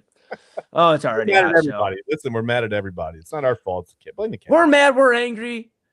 And that's what we got to say. No, I mean, it's just obviously, yes, we're frustrated, folks. And we try to keep it, a little lighthearted too, because we know, a lot of you tune in to hear Chad and I smiling and laughing. And we will have that in the next hour a little bit. We'll have some fun on Primetime, the edition of Primetime.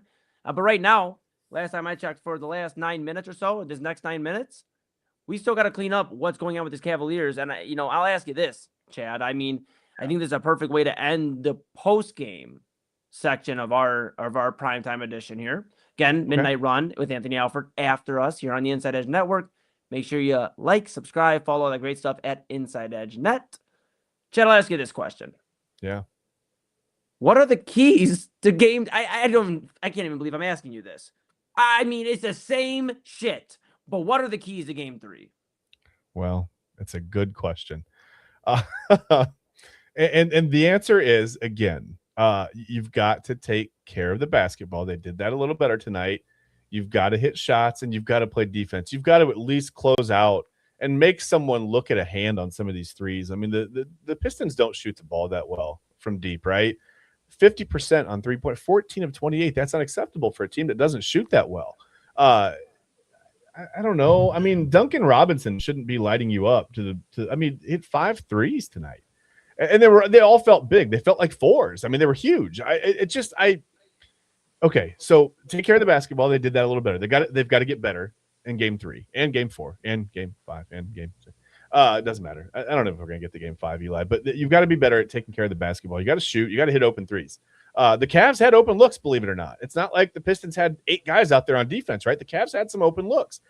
They moved the ball, I thought, a little bit better at times tonight. They got some open looks. Where they're 7 of 32 from behind the 3-point. They're not knocking them down, right? And to your point, listen, we didn't have to watch Sam Merrill miss the corner 3 tonight. Didn't take any because he didn't play. But someone's got to knock down 3-point. You've got to hit your shots. When you have open shots in the NBA, there's really no excuse. All the arenas are the same. I've told you before, I think sometimes in college basketball, some of the smaller teams, right? They play in these tiny little gyms with like a wall right behind the hoop, right? And it can make it look different when you get into an arena with people back there, right? And darkness. And it looks different. It literally makes the rim look smaller, right? It's like out there on an island by itself. It's harder to shoot sometimes when you're not used to that. That's not an excuse, but it's just a thing. I mean, it happens, right? That's not a thing in the NBA. All the arenas are the same. You're not playing in a new place. You're not playing somewhere you've never played before. There's no excuse to go into a place like Detroit and let the crowd dissuade you from being able to hit shots. I just don't understand. You've got to get more out of Evan Mobley. I thought Jared Allen actually played really well tonight. At first, I thought the reason that they stopped doing the James Harden, Jared Allen kind of fun passing thing. We were doing that during the regular season, right? I thought Jared Allen, okay, well, in the playoffs, he said it before. The lights get a little bright, whatever. Maybe he didn't want the ball. He's looked totally different the last 3 games. He didn't have a great game 1 because of the foul trouble, but I mean, again, 22 points tonight, 7 rebounds. He had 3 assists. He blocked a shot. He had a steal. Only 1 turnover. That's a pretty good game, right? It's not bad. You can't really blame him for that. But it's inconsistency. It's inconsistency, though, sure. Because unfortunately, there'll be another game or two where he gets into foul trouble or he puts up less than 10 points. Yeah. We're at the point now where they fooled us all. They fooled us all. Hold on. Between now and game 3, they have to find an identity. I didn't mean to cut you off, but they need to find their identity and they need to fully lean into it and don't back down from it. And you've got to find something that works, a lineup, a rotation, something. I mean, start Dennis Schroeder. I don't know. I mean, try something different because what they're doing now is not working, Eli, at all. Yeah, 100%. And what I was going to say is just that we're getting fooled by Harden and Allen going into a regular season, trying to convince ourselves that 2 guys that literally cannot play in the playoffs consistently well, and that's how we're going to run our offense. So, that's what I had to say on that too. Sorry about that. Yeah, I didn't mean to cut you off. I like I said, I don't get this fired up usually about the Cavs. I watch. I'm like, okay, I can dissect what they did or didn't do, but this is frustrating. These were 2 winnable games. Yeah, I mean, 1,000%. Yeah. No, I mean, well, we can force them to try or all that. I mean, they gotta want it. What they say, if my aunt had certain parts, she'd be my uncle. It's whatever too. Yeah, exactly. So with that being said, we're gonna put a bow on the Cavs post game. When we come back, we are going to transition to Inside Edge Primetime. Got a lot of stuff to talk about with you. We'll keep an eye on the Browns quarterback room. We'll talk about that and of course a lot more. Don't go anywhere. We're back for a whole nother hour of Inside Edge Primetime here on the Inside Edge Network. Right after this.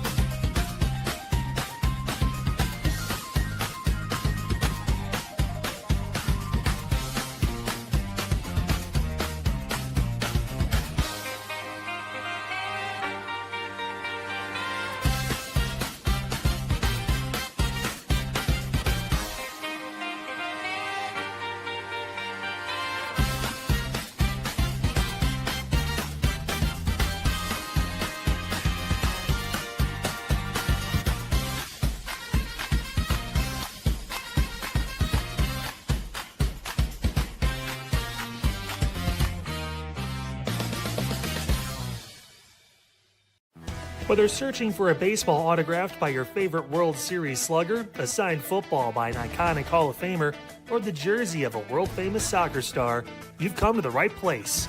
Here at sportsmemorabilia.com, the web's leading source of authentic sports memorabilia, you'll find more than 500,000 authentic products from nearly every professional sports league, team, and players. Not only will you find your next prized sports possession with ease thanks to superb customer service and tremendous site experience, you'll have the satisfaction and peace of mind that every product listed comes complete with a certificate of authenticity and is fully backed by the sportsmemorabilia.com lifetime authenticity guarantee. Go to sportsmemorabilia.com by using the QR code on your screen right now. Sportsmemorabilia.com, a proud sponsor of the Inside Edge Podcast Network, Cleveland's digital leader. Find us on InsideEdgeNetwork.com for the latest information on your favorite shows, personalities, and network partners. Plus, guess what? We have a merch shop. That's right, we have network polos, t-shirts, champion jackets, hats, and bottles. Rep the network. Every purchase supports independent sports and entertainment media. Use the QR code on your screen right now to check out InsideEdgeNetwork.com. That's InsideEdgeNetwork.com. Discover our collection of body mists made with clean, minimal ingredients. Handcrafted with natural essential oils and clean ingredients, they offer a natural alternative to synthetic fragrances. Perfect for sensitive skin and those seeking clean, mindful self-care, and the perfect gift for you or your special someone. Courtesy of Alley Rose Fragrances. First-time customers, use that promo code InsideEdge20 to receive 20% off your order. AlleyRoseFragrances.com, a proud sponsor of the Inside Edge Network, Cleveland's digital leader. Clean energy, bold flavors, and no jitters. See why people won't shut up about Dubby. Clean energy, no jitters or crash. Whether you're starting your workday or getting ready to exercise, Dubby Energy helps you lock in and focus. With over 15 flavors to choose from, you can't miss. Order Dubby Energy right now by using the QR code on your screen and use the promo code InsideEdge10 to receive 10% off your order. Dubby Energy, your energy-focused sponsor of the Inside Edge Network, Cleveland's digital leader. Hey guys, Kyle Hill from Unfiltered. What a fantastic show we had today. Talked a lot about, again, the different threats we were seeing in local schools. Again, multiple districts dealing with bomb threats. We talked about metal detectors. Again, is that a possibility? That crazy story out of Georgia with the mayor that fired all the police force for essentially talking shit about his wife. That was nuts. And of course, the Hannah virus, the Cavs, and so much more coming up on your Friday, including the Cavs. Did they get the job done? We'll talk about it. We'll see you on Unfiltered, 5 o'clock tomorrow.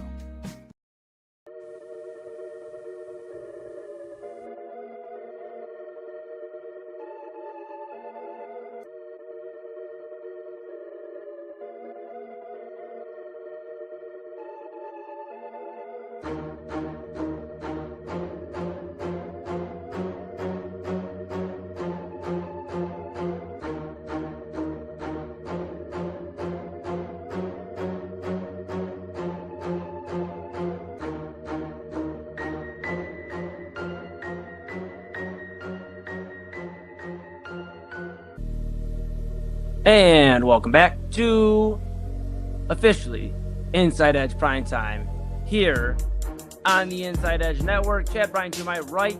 Again, that would be your right. And I'm Eli Moon. We're tired, folks. We're tired. But we're not tired enough to give you great content. We're just tired of the Cavaliers. And we're going to spend some time here. We're going to dive into the Cleveland Browns in just a little bit here. Next segment, and keep you waiting just a little bit longer. I got some choice words. Chad tried to calm me down. He said, Eli, are you sure? You know, you're Irish, you're angry, you have corned beef and potatoes rushing through your veins, you're turning into the Incredible Hulk. I said, Chad, sometimes a man's got to do what a man's got to do. And that's what you'll hear in segment 2. So make sure you stay tuned in for that. But we're going to just do a roundup here of the NBA playoffs. Some stories that have caught my attention, Chad, and doesn't necessarily always mean on the court. Jaylen Brown, he's been kind of going at almost anybody, it seems like nowadays. And I spent a lot of time talking about Jaylen Brown earlier this week about how I believe he has played his last game as a Boston Celtic. Yeah. And with everything he has been doing recently, Chad, you know, the at the post-game press conference, okay, Embiid flopped. Okay, then it's on the stream. Embiid flopped, and it's a flopping league, and this and that, and And he found out very quickly that, like Double A said on Midnight Run earlier this week, you can get fined by the officials even if you're on your stream. So he's doing that. And then just talking about how it's the best season he's ever had, but you won an NBA championship just a few years ago with Jason Tatum. That's just very odd behavior. It'd be like if we had one of the greatest weeks of Inside Edge Primetime and Chad had to miss next week for vacation, which he won't. He'll be here with me, that I know of. And then we have. Am I going on vacation? Sounds great. And then I go, man, this was the greatest week of Inside Edge Primetime we've ever had. I mean, Chad be feeling some type of way. So I'd imagine Jason Tatum and those guys are feeling some type of way. Brad Stevens, the president of basketball operations, had to go over Jaylen Brown questions. You're already having to answer for a 3-1 deficit. You're having to answer for all this. And now you have to answer if the guy you just paid a ton of money a few years ago is even wanting to be in Boston. Jaylen Brown comes out after and goes, well, I'm sorry, I hate that he even had to go over this. Don't question my loyalty to Boston. I could see myself in Boston for the next 10 years. I think it's interesting he said could, not I will be, or, you just signed a contract. So all that to be said, Chad, I'm curious your thoughts. All that to be said, he most recently getting into arguments with Stephen A. Smith. Stephen A. Smith from ESPN's First Take telling him, be quiet, be quiet, if you basically, just stop. And Jaylen Brown said, I'll be quiet. I'm paraphrasing, but he basically tweeted back, said, I'll be quiet when, you be quiet and retire because that's what the world wants, essentially. And it's Stephen A. Smith goes back at him. You can go read on Twitter or X or whatever you want to call it. You can go read it. I mean, they're going back and forth. Stephen A. Smith, like, we're just trying to look out for you. And it's like, usually I disagree with Stephen A. on a lot of stuff. Yeah. But enough's enough, man. Yeah. Enough's enough. When are you going to have accountability? I mean, everybody has looked out for Jaylen Brown, has defended him. It said he could be this superstar, could be the number one guy on the team. We found out in Game 7 he can't be. I mean, that's just the reality of the situation. We've been having that conversation with Donovan Mitchell. So, Chad, I mean, when's enough? Is this enough with Jaylen Brown? I mean, how can you repair a relationship that, as much as they're trying to say right now in front of us, isn't sure feels pretty damaged, bro. Yeah, I think it's enough. Listen, everybody is entitled to have their own opinion, right? And that's fine. And you've got your podcast, your show. You can say things. And yeah, I mean, we have, we have certain freedoms. We're allowed to say how we feel, right?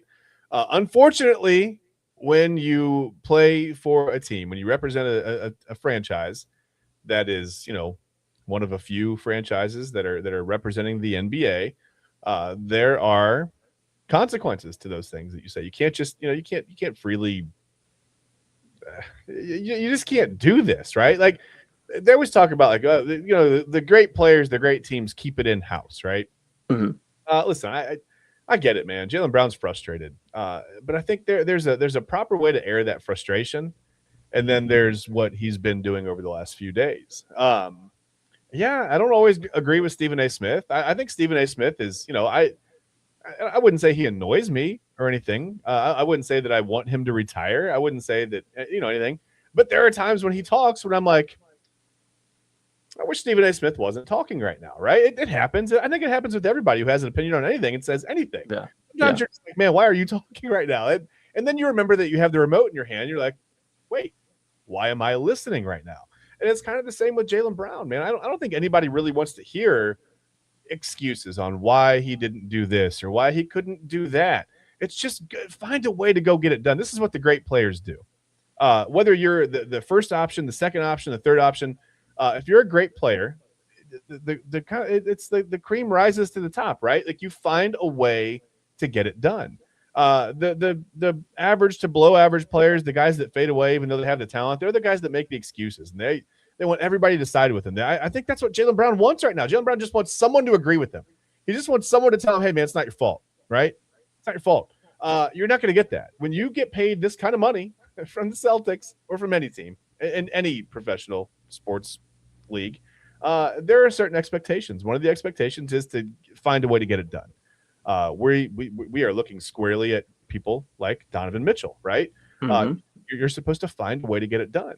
To Donovan Mitchell's, defense, I mean, he did say a little bit about the officials and some fouls and things like that, but we don't want to hear the excuses. And I don't care. Listen, I don't care if they're justified. I don't care if we can all watch Jaylen Brown get fouled on 17 consecutive trips down the floor. We don't want to hear you talk about it on your podcast. We just want to see you get it done. We want to see you go out, find a way to win basketball games at the NBA level in the playoffs, and pull your team to the NBA finals. That's what great players do. That's what we want to see. I'm not saying he's wrong about any of it. I don't know. I really don't know. I don't know. Maybe he is. Maybe he's not. That's not the point. I just think you have to stop saying it out loud. We all know your stance. We all know your opinion. We know what your point that you're trying to get across is. We've heard it loud and clear. Now move on. Please move on. I mean, for your own good. Good God, man. Stephen A. told you. I mean, just move on. Move on and concentrate on the offseason and figure out what you're doing. Are you staying in Boston? Are you playing there for 10 years? Could you stay? Won't you stay? Will you? We don't know. But we don't want to hear the excuses. We just want to see Jaylen Brown figure it out and get it done. We don't want to see that as Cavs fans, but that's in general. I'm saying we just don't want to hear you talk about it. We want to see you be about it. I know that's a cliche thing to say, but it's the truth. Yeah, you're spot on, pal. Now I will say this: you did say Jaylen Brown. He's looking for somebody to say it's not your fault. So yeah, here I am.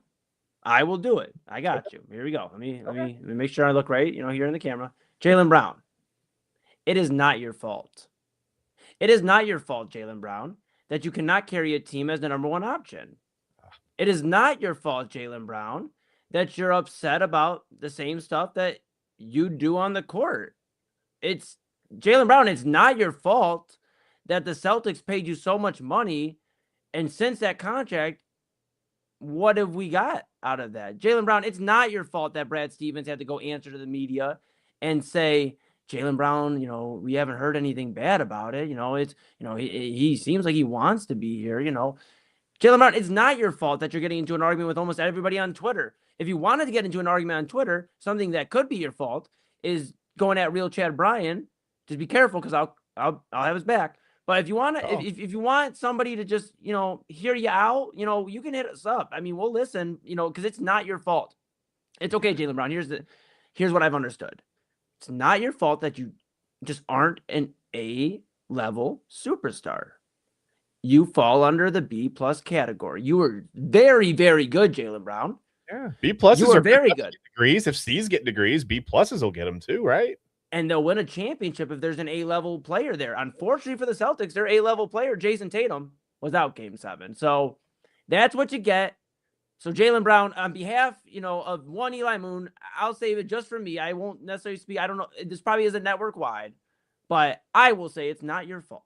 It's not your fault that you just aren't on the level of some of your peers. And listen, he can cut those. He can take those clips and he can cut them up, and you can just hear. You can hear Eli Moon say, "Jaylen Brown, it's not your fault. Jaylen Brown, it's not your fault. Jaylen Brown, it's not your fault." He can hear that over and over again. I don't know if that's exactly the way he wanted to hear it, but hey, you did tell him it wasn't his fault. I think the great players are not talking on podcasts about this is why this didn't happen, or this player does this. I don't like that. The great players, when they lose, they get to the gym, right, and they put up 1,500 shots a day, and they're whatever, they're working on some perceived weakness, or as a player, in your mind, in your heart, what you're good at and what your strengths and weaknesses are, right? It's easy to go to the gym and say, hey, I'm a really good 3-point shooter. I'm gonna put up 1,000 threes and I'll hit 800 of them with no defense, and I'm gonna feel really good about it because I just saw 800 shots go through the net. But I think great players go hammer on their weaknesses, right? You're not good going to your left. The great players will spend hours going to their left, right? You're not good at anything. I don't have to give a bunch of examples. I think you get what I'm getting at. Get in the gym, right? And work on those things that are holding you back from being that A-level superstar that can drag your team to an NBA title. Don't worry about the officials. Don't worry about Joel Embiid. Don't worry about any of that stuff, man. Just go get it done. Yeah, it just really is just. I want to do the math on this. We're gonna have to sit down here. We have a show tomorrow. This is usually our Friday. Tomorrow's our Friday. It's your Friday as well. So we'll be with you. Friday will be our Friday. That's going to be very consistent. I like that. Absolutely. Here on Inside Edge Network. And make sure you follow the Inside Edge Net. Like, subscribe, follow, all the great stuff. I want to do the math, Chad. Yeah. And we'll sit down in the morning. We talk throughout the day, obviously. Do I have to show my work? Am I doing math? You're the only one doing math, right? We're going to combine, but we'll use a calculator. Okay, yeah.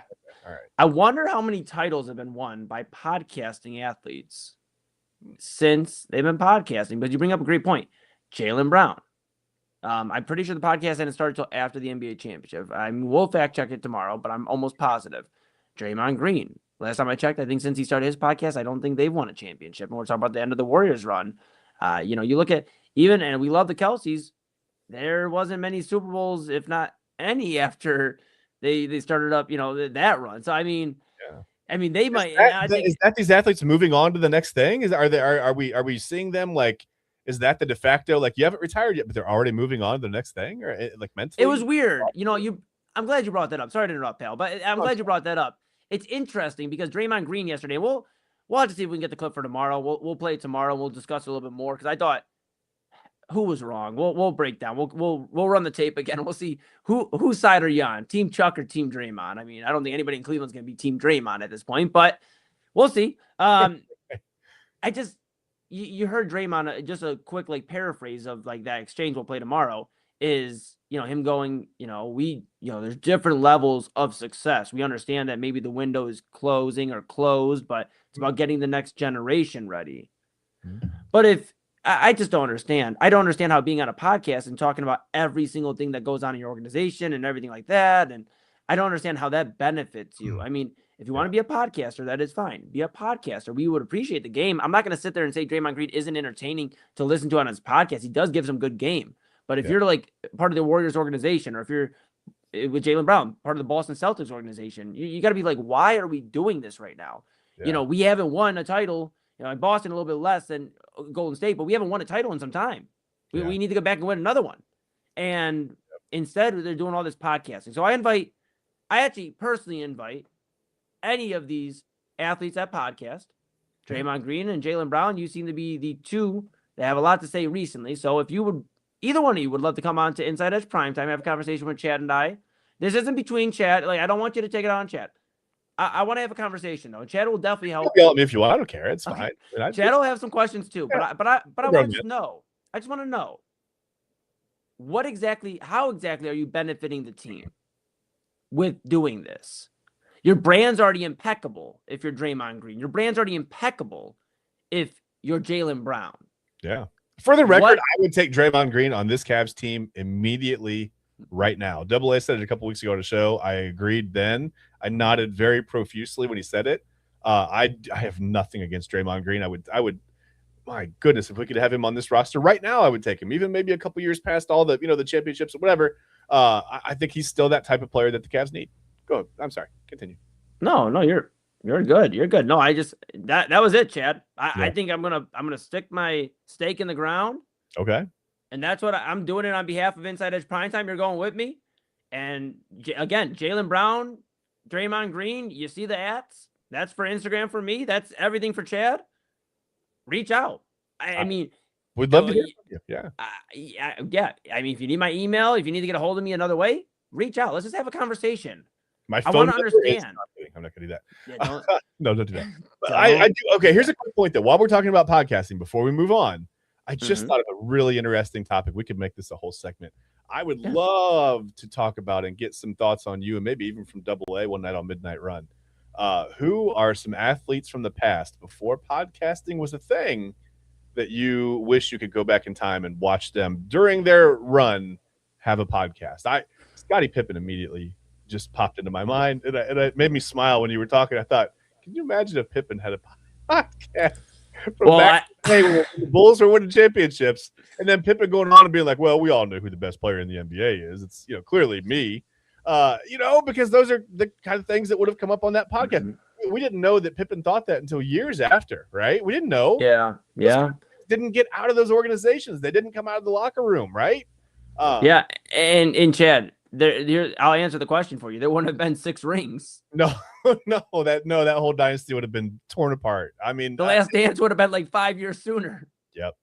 And I took that personal, right? And I think that it would have been it could have been a whole mess. That's a fun topic though, man. We got to remember that one. Yeah. Well, somebody write it down. All right. Somebody at home write it down and remind us. All right. No, with that being said, we're going to take a quick pause here, folks. We are still having a blast with it despite the Cavs loss. When we come back, we have some things to say about the Cleveland Browns quarterback room and just a lot of discussion. And folks, More than we they have should. to talk about this. Yes, Chad. More than there. Yes, I couldn't have said it better myself. We're going to talk about the Cleveland Browns when we come back. And then when we come back after that, we have final thoughts to end the show. You're not going to want to miss what Chad and I have to say. Share our final thoughts before we put a bow on this thing and hand it over to Double A, Anthony Alford for Midnight Run. Of course, make sure, again, like, subscribe, follow all the great stuff, Inside Edge Net on all the socials, and check out the website, InsideEdgeNetwork.com. Check out our great partners page. You've heard from them. W Energy, AliRoseFragrances.com, SportsMemorabilia.com, Monster Moments, and Fanatics.com. Great stuff from all of our great partners. We appreciate you, and we appreciate you at home. We're dealing with our craziness tonight. We're a little hot tonight. So thank you. In us, man. Woo. Yes, thank you so much for choosing us as Cleveland's digital leader, your source of sports, entertainment, mental health conversations, news, and everything in between. Little song for you. Keep your mood a little light. Of course, that's Chad Bryan to my right. You're right. I'm Eli Moon. This is Inside Edge Primetime here on the Inside Edge Network. We're back talking Cleveland Browns and quarterbacks. With auto After tune. this. Oh, I need that. Auto tune? Yeah, I need that, not you. Me. Back after this.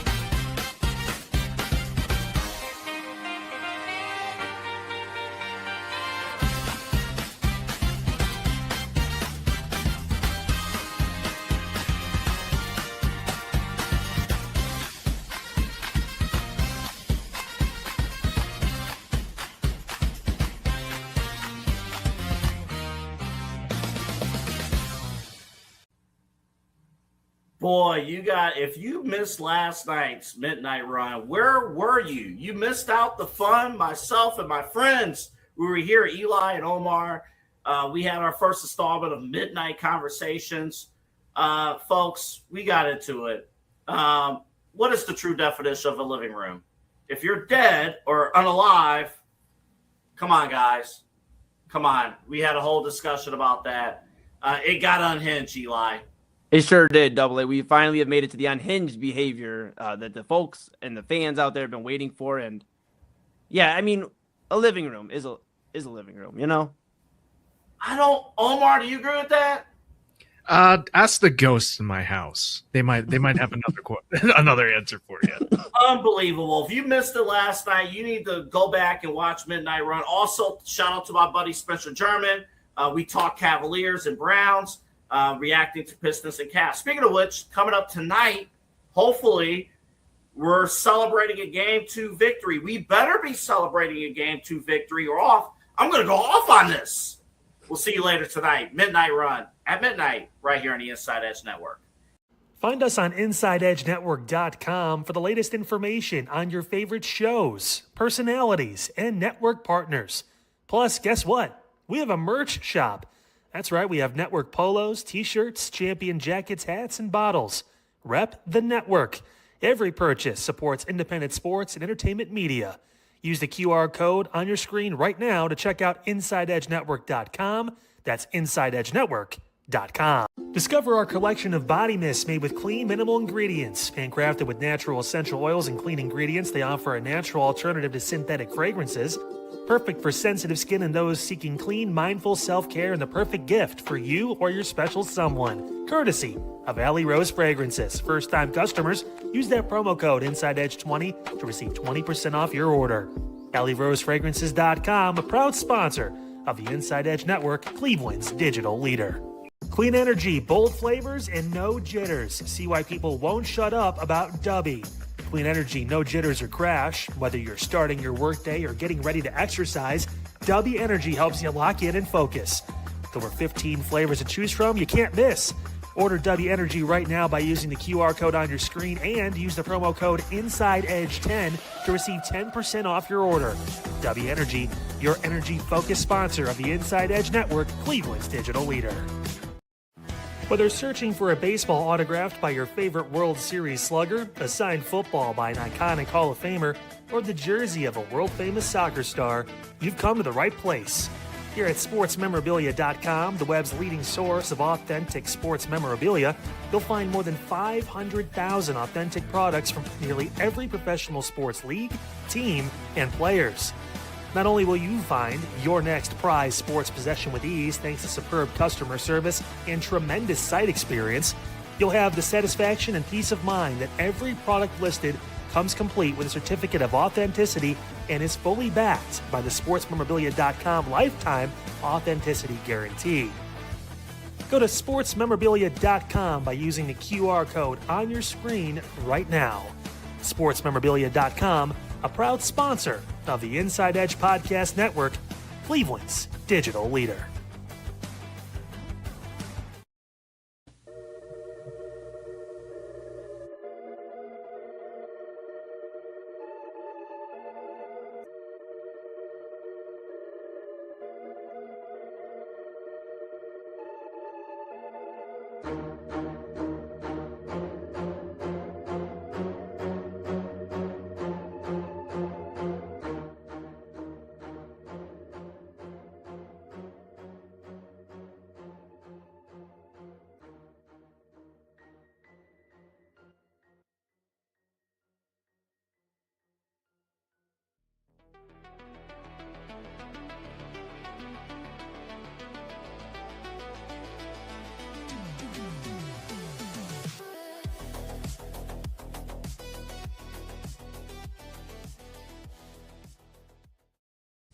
All right, listen, folks. The Cavs had me flustered. We usually need the station ID, so you know where you're at. The Inside Edge Network at the top of the hour. Before Double A Anthony Alford goes off on me like he did on James Harden, I was going to avoid that. So just a reminder, you're here listening to the greatest alternative that you could look for, Cleveland's digital leader. This is the Inside Edge Network. Follow us at Inside Edge Net, all the great stuff. Chad, Brian, Eli, Moon, usually have an elaborate intro, but of course, got to remind you where you're at here on the Inside Edge Network. I'll tell you where we're not at, Chad.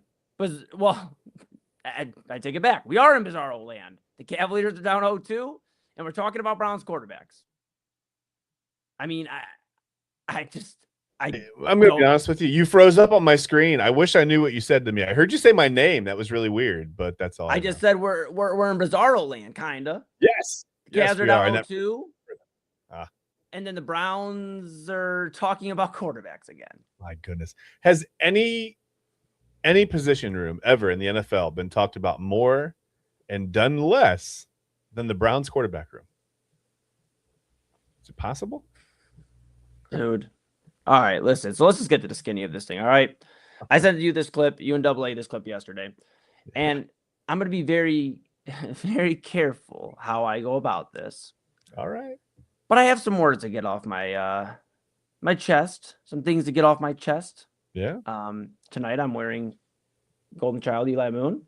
There you go. I am wearing this, which I got ripped up for in the comments earlier, and I forgot. I was like, "What's Derpy talking about?" And I was like, "Oh yeah, I forgot what shirt I was wearing." Yeah, Derpy's on top of it. Now, what I will say is, appreciate him for that. Yes, sir. What I will say is, some people, unfortunately, in this city, are not on top of it when it comes to the Cleveland Browns. Yeah. A tale as old as time.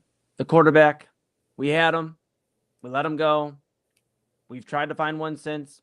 I thought you were going to start singing Beauty and the Beast. Okay. All right. My bad. We're good. That'll be on the when we set up like the Patreon or something. The 3 a.m. show. Yeah. No, all jokes aside. Yeah, dude, it's frustrating. And I was scrolling through social media yesterday. We didn't get to it yesterday because we wanted to make sure we first off highlighted something very important to Chad and I and everybody here on the Inside Edge Network, which is mental health, and May being Mental Health Awareness Month. Again, reminder, check on your friends, check on your loved ones, check on the person you may have just ran into a few weeks ago. You know, he or she may need that love too. Yeah. So today, however, Chad, there's no more escaping it. There's no more escaping it. And I know you've tried to calm me down. You said, Eli, dude, you're so happy all the time. Eli, like, you have a smile on your face. Eli, like, and I said, Chad, stop telling me to calm down. Did you not watch Midnight Run last night? Yeah, I forgot about that. I said, immediately I said, calm down. And it was the tone at which I said, I was like, Eli, calm down. And I think I said it a little bit too angrily. You've never yelled at me like that loud? Yeah, it's going to be okay. Yeah. Yeah, that's my fault. You got me all worried, pal. You got me all flustered because you were yelling at me. You never yelled at me before. I said, look, dude, It's not me. In fact, this is courtesy, this video of ESPN Cleveland. This is Tony Grossi, Browns reporter, talking with Aaron Goldhammer, I believe is in the clip. So take a look here and we'll react after. Gabriel's a guy who'll keep quiet. He'll just study. He'll stay up on the game plan. He'll support the starter in any way he can. He'll run the scout team, and if needed, he'll play. I mean, that's what you want out of a backup quarterback. Yeah. And Shador's just his shadow is just so huge. I really think that's one of the reasons, Jake, that teams shied away from him in the draft. If you didn't like him as a starter, you didn't consider him as a backup. Chad, my bro, where would you like me to start? I'm just going to mute my mic and you start. Sorry, okay. The beginning. Okay, I'll start at the beginning. I want to preface this by saying, all due respect to Tony Grossi, he's been in the game a lot longer than me. He's been reporting a lot longer than me. And this is not necessarily just at Tony Grossi. But I'm having a tough time. Again, respect to everybody out there that has an opinion that's been in the game a lot longer than me. You're here for a reason. I'm having a tough time. And this is me. This is, again, the Rob Ruzicki would do this on Main Event. So I'm going to take a page out of Rob's book. Rob, if you're listening, don't get used to it. I don't do it very often, but I'll do it tonight. The following statements are not necessarily reflective of the Inside Edge Network or one Chad Bryan or anything else. AA Anthony Alford, anybody except for one Eli Moon. With that being said, I'm having a tough time with the agenda on Shador Sanders. I'm having a tough time understanding a few things. So maybe you could help me figure this out, Chad. I'm having a tough time understanding how a guy who was talked about as being maybe the first, if not second quarterback off of the board, that was in videos, all of the draft buildup, every freaking media outlet had him throwing the ball with Cam Ward and talking about who was first, Shador or Cam Ward, and who was going to have a better career, and we'll be following their careers for the rest of time. And the talks of how he turned Colorado into at least something relevant, and the talks of, and not just talks, go look it up, one of the best completion percentages in college football history. So I'm having a tough time as I just start racking my head around it. And I get confused from time to time. I'm not going to say I know everything. So forgive me if I'm just having a tough time, first off, understanding the slide to the 5th round. Because if you look at it based off just the play, he didn't throw last time I checked at the NFL Combine. So he did his pro day. But anybody had to look at him really in-game action was him playing efficient at Colorado. Yeah. Let's also be real with each other and everybody out there that Colorado is not a bona fide football powerhouse. It has the name recognition it does right now because of guys like Shador Sanders and Travis Hunter. Yeah. And obviously Coach Prime, Deion Sanders. So let's draw a comparison here. Now let's connect the dots. Here I am. I'm connecting the dots. I'm figuring it out. So Deion Sanders, so one of the greatest players probably ever in the NFL. But what didn't people like about him, Chad? Oh, that he was opinionated, that he was a confident man that happened to speak his mind. And unfortunately for the naysayers, Deion always won. Deion always won. Now, he's not like a 6-7 time Super Bowl champion, but he's won at life. Yeah. And unfortunately, in this world, sometimes people hate seeing people win. Yeah. And that's been a thing with Deion Sanders. And now it seems the same agenda is out on his son, Shador Sanders. And I'm going to be very clear by saying that. I'm having a tough time understanding how he slid first off to the 5th round. Yeah. And then I'm having a tough time. Let me back up here before I get in further. I'm having a tough time understanding that because Todd Monken, the new head coach of the Cleveland Browns, said they were trying to draft him in Baltimore. Yeah. So obviously, all this talk of teams shying away from him and not wanting him as a backup, Mr. Grossi, with all due respect, is asinine. Because Baltimore's OC from last year just told you in a video a month ago that they wanted him. And were they going to play him behind Snoop Huntley with all due respect? We're giving the respect to everybody to Snoop Huntley. Come on, Chad. So then we get to the regular season. Back up. Preseason. And we're hearing the talks that Dylan Gabriel, meanwhile, the Browns taking him in the 3rd round. Mm-hmm. I think I threw a farther pass in my backyard the other day than Dylan Gabriel completed all last season. And I'm so tired. I have been cool about whatever. We'll talk about the on the field. Here's the on the field for a moment. Mm-hmm. Shador Sanders was dealing with a busted offensive line that is old and injured. He was dealing with Jerry Jeudy as his wide receiver 1, who has been dropping everything. That is the reason the Browns just got 2 receivers in Casey Concepcion and Denzel Boston. That is the reason. He has literally no offensive weapons except for the 2 rookies in the same class as him, which meanwhile, Quinshon Judkins out for the last few games of the season. Harold Fannin missed the last game of the year. And what did the Browns do in those games with Shador Sanders starting the football game? I think they won. Thank you, Chad. I appreciate you, and I'm going to get you here in a moment. I know it's a good thing. It's a good thing I didn't really mute my mic, right? Yeah, it is, and I would never have you mute your mic. I appreciate you so much. What I don't appreciate is when we're on an agenda-based mission. Yeah. As media, and I know we're media. We're obviously here on the Inside Edge Network, but the difference is we don't have to follow whoever is pushing whatever. We can speak our mind, and I'm going to tonight because I'm pissed. I am pissed. And AA, I know you're listening somewhere. I have neighbors, but they do not mind if I get a little loud when there's some bullshit going on. And there's bullshit going on in Cleveland right now because somebody, please tell me when Dylan Gabriel was the better quarterback in college or in the NFL.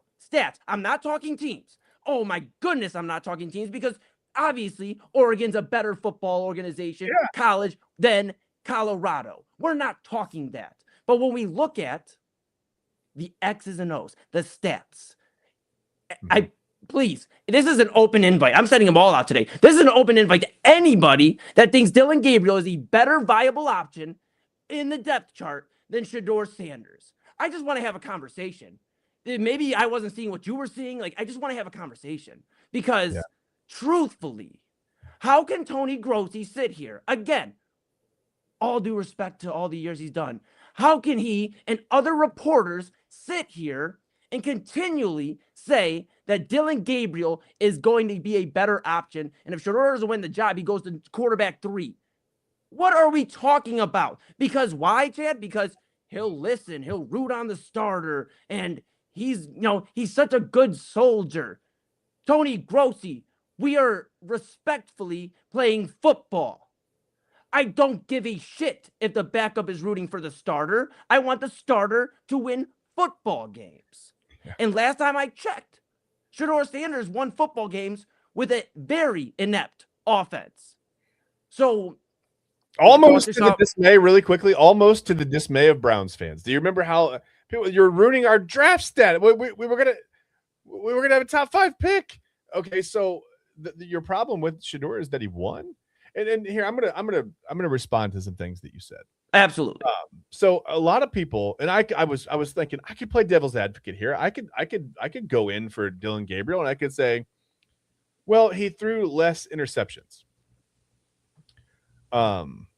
Listen, if you can't get the ball past the line of scrimmage to the other team, they can't pick it off. There's that.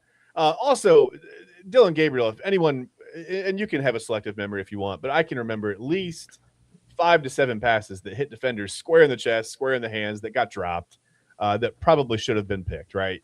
So you can say, well, so he throws an uncatchable ball.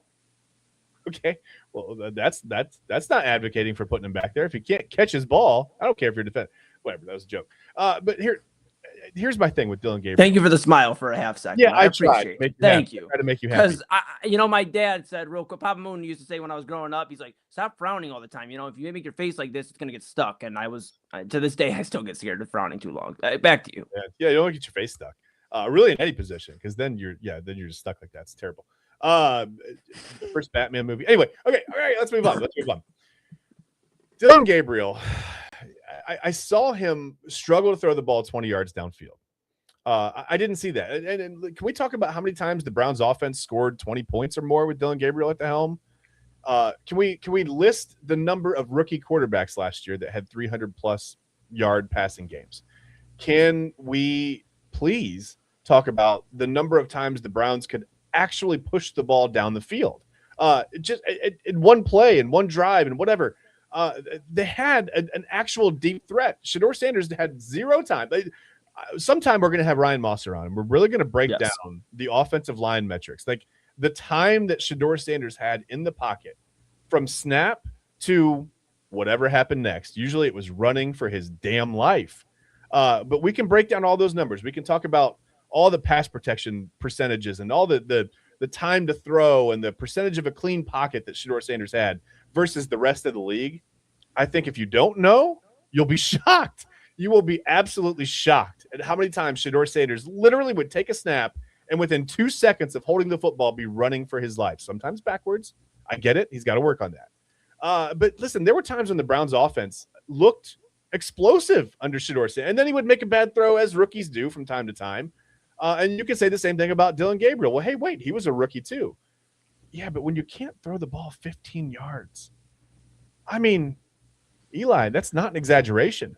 I saw him, and sometimes rookie quarterbacks will airmail a ball, and you throw it over the whatever, and the safety picks it off, and you go, okay, we got to rein that in a little bit. But it was the other way with Dillon Gabriel. He has a guy open 18 yards down the field. He throws it 11 yards into the turf. That's insane. How do you watch a football? I'm sure Tony Grossi, and all respect to Tony Grossi, has been doing it for a long time, way longer than me. He's been doing it way better than I do it, right? But here's the thing. How could you watch a football game how could you see that with your eyes and then go, Yeah, he's the better option. I think that's for what? You know why? Because this organization hates confidence. Okay, and is that this organization hates confidence? Why does anyone hate Shedeur Sanders? What has he done on the field or off the field to truly make you hate him? And I know the example of the watch celebration. Okay, you didn't have fun when you were 18, 19, 20, 21 years old? I mean, I did some stuff that, man, if there was social media, I would look back and be like, that was dumb. He's having fun, man. The kid's confident in himself. We don't want a quarterback to be confident in himself. Chad. He is so he's doing all the right things too. That's why I didn't like his dad. Hold on, I'm not done yet. I didn't like his dad. That's not his fault. That's not his fault. I don't like that he got his number retired at Colorado. That's stupid. Maybe. Yeah. Not his fault. Right? These things are not his fault. You're taking things that are outside. They're outliers around Shedeur Sanders, and you're making those that you're finding something. You're finding a reason to hate a kid who's done absolutely nothing since he's come in here, but be a great ambassador for the Cleveland Browns. He's been excellent off the field, and he's got some things to work on the field. Have we forgotten how bad Peyton Manning was? And I'm not saying that Shedeur Sanders is going to be Peyton Manning. I'm just saying, have we forgotten how bad Peyton Manning was, by the way, with some weapons around him in Indianapolis on the field his rookie season? My goodness, it looked like he didn't even understand. It looked like he had never played football before. And look what he did. Right. I'm spitting. I'm so mad. You can make progress, right? You can develop. You give the kid time, and I think you might be a little bit surprised. I mean, people bring up the air yards per attempt. Well, they were low. They were just above Dylan Gabriel's in college. They're the same. These guys they had similar numbers. Dylan Gabriel played on one of the most explosive offenses I've ever seen. Right. Shedeur Sanders was playing in Colorado, not the Rashaan Salam days, not whatever. Take whatever era of Colorado football when it was great or good or above average or whatever. It wasn't this era until they got there. They weren't relevant until the Sanders family got there. And say what you want about him. You can like him personally, you can dislike him personally, but facts are facts. He may not deserve to have his number retired at Colorado. That's ridiculous. I'm sorry. That's not his fault. I can't hold that against him. He was the more explosive quarterback. He looked like the better option. He looked like when the Browns offense was on the field under Shedeur Sanders, when he was at the helm, it looked like they could move the football. They could score points. Again, the only rookie quarterback in the NFL all season last year that had a 300-plus yard passing game. That's it. It's him. Correct. And here's the thing. I just want to be clear that, again, everything we're saying is factual, folks. And we are talking statistics. And Chad and I aren't math guys. Yeah. We're not math guys. We've made it very clear. We were going to do Mathematics Monday here on this show, and Chad shut it down so quick. We aren't able to do Mathematics Monday. It didn't add calculators. Yeah. Listen, dude. All right. Enough out of you. I'm trying to be serious for a minute. Listen. Shedeur's doing all the right things. I'm not going to get mad for a second. I'm going to breathe. Yeah. Shedeur's doing all the right things. He's showing up. Brown's Twitter's been showing, and social media's been showing him walking in. He's the first one in the building. Todd Monken's loving Shedeur being there. He has nothing but great things to say about Shedeur. All of this. He's doing all the right things. There's maybe two things you could say, I guess, about Shedeur, right? If you want to. Is the mime thing when he was, with the third string and he didn't say anything to the media and everybody freaked out. Okay, whatever. If you want to hold that against him, okay. All right. Gotcha. If you want to do that, and I guess if you want to look at the Shiloh Sanders stuff, I do think the comment was very poor taste and it should not have been said. No. The comment towards Mary Kay Cabot, I don't think that should have been said. It was very poor taste, and Shiloh does need to look at himself because we're not here. Oh my goodness, this topic gets me so mad because then it's like we're going to get a bunch of people saying, oh, you're just pro Shedeur. I'm just pro give the guy a fighting chance because I'm pro whatever quarterback gives us the chance to win, meaning the Browns, not us. I don't play for the Browns. Us too. Oh, yeah, but whatever. If he gives me a chance to win, that's great, but I don't play football anymore. Whatever quarterback plays for the Browns, I don't care who it is. If you could put the spot shadow, right, over whoever, and let's say you couldn't tell, you could just pixelate the quarterback, right? I think there's a clear difference. You can tell when Dylan Gabriel was on the field to the difference of what it looked like when Shedeur Sanders was on the field. Correct. A clear difference in the way the offense moved. And it wasn't great all the time, but we saw what happened. The offensive line absolutely fell apart. Again, I can't wait to have Ryan on. We're going to break all this down. We'll give him plenty of time so we can get all the numbers. Again, facts, not opinions. There'll be facts. There'll be factual numbers of how bad the offensive line was, and just how bad that receiver room was. And we're acting like so. And how I don't understand how you think if you could watch football. Again, sometimes numbers can be a little skewed. A couple touchdowns here, a couple picks there, whatever. How can you think that Dylan Gabriel would give this team a better chance to win? And again, nothing against Dylan Gabriel. I don't mean this isn't personal at all. I don't have a personal agenda for or against anyone. I was going to say on this roster, save for Deshaun Watson. I can't stand all the off-field stuff with him. I'll be honest with you. It bothers. Correct. I'm with you. And to finish your statement, Chad, it's not personal towards Dylan Gabriel. It's just business. Yeah. And this is what it comes down to. And we got to go to break here in a second. And I appreciate your thoughts because I thought I was going crazy. I watched this clip and I thought I was going crazy. Why? I was like, no way, bro. I listened to Chad's spooky stories 2 weeks ago and I thought that was the craziest shit I've heard. Then I heard this.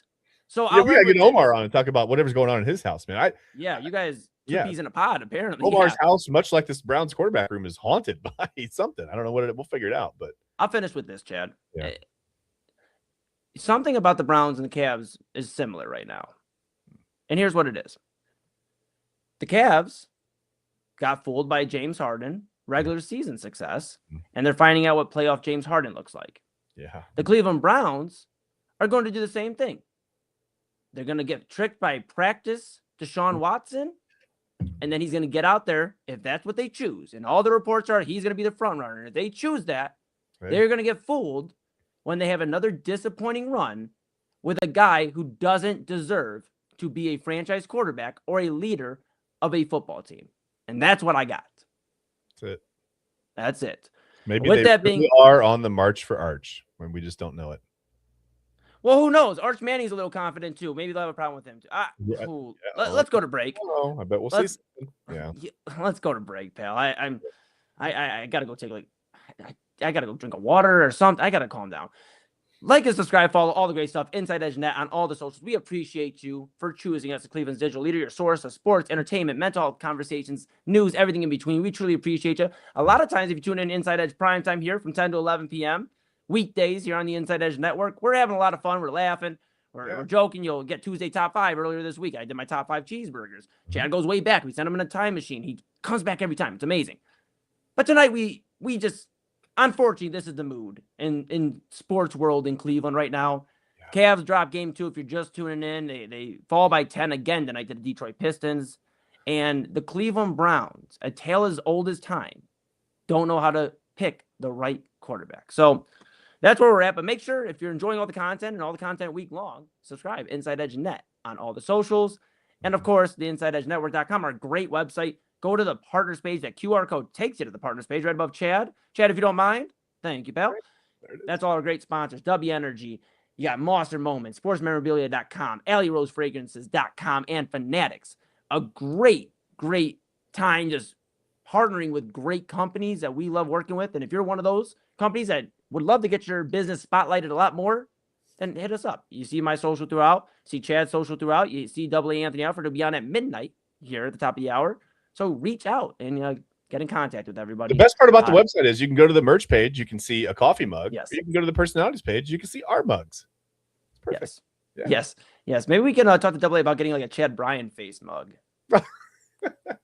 Worst selling mug of all time. I'd buy one. You know what? I'd pick one up too. All right. Well, that makes 2 of us, and we already got 2 sales. Look at that. All right. We're going to take a quick break here on the Inside Edge Network. This is Inside Edge Primetime. That's Chad Bryan. I'm Eli Moon. When we come back, final thoughts, and then we get you ready for some unhinged behavior with Double A Anthony Alford. Back after this.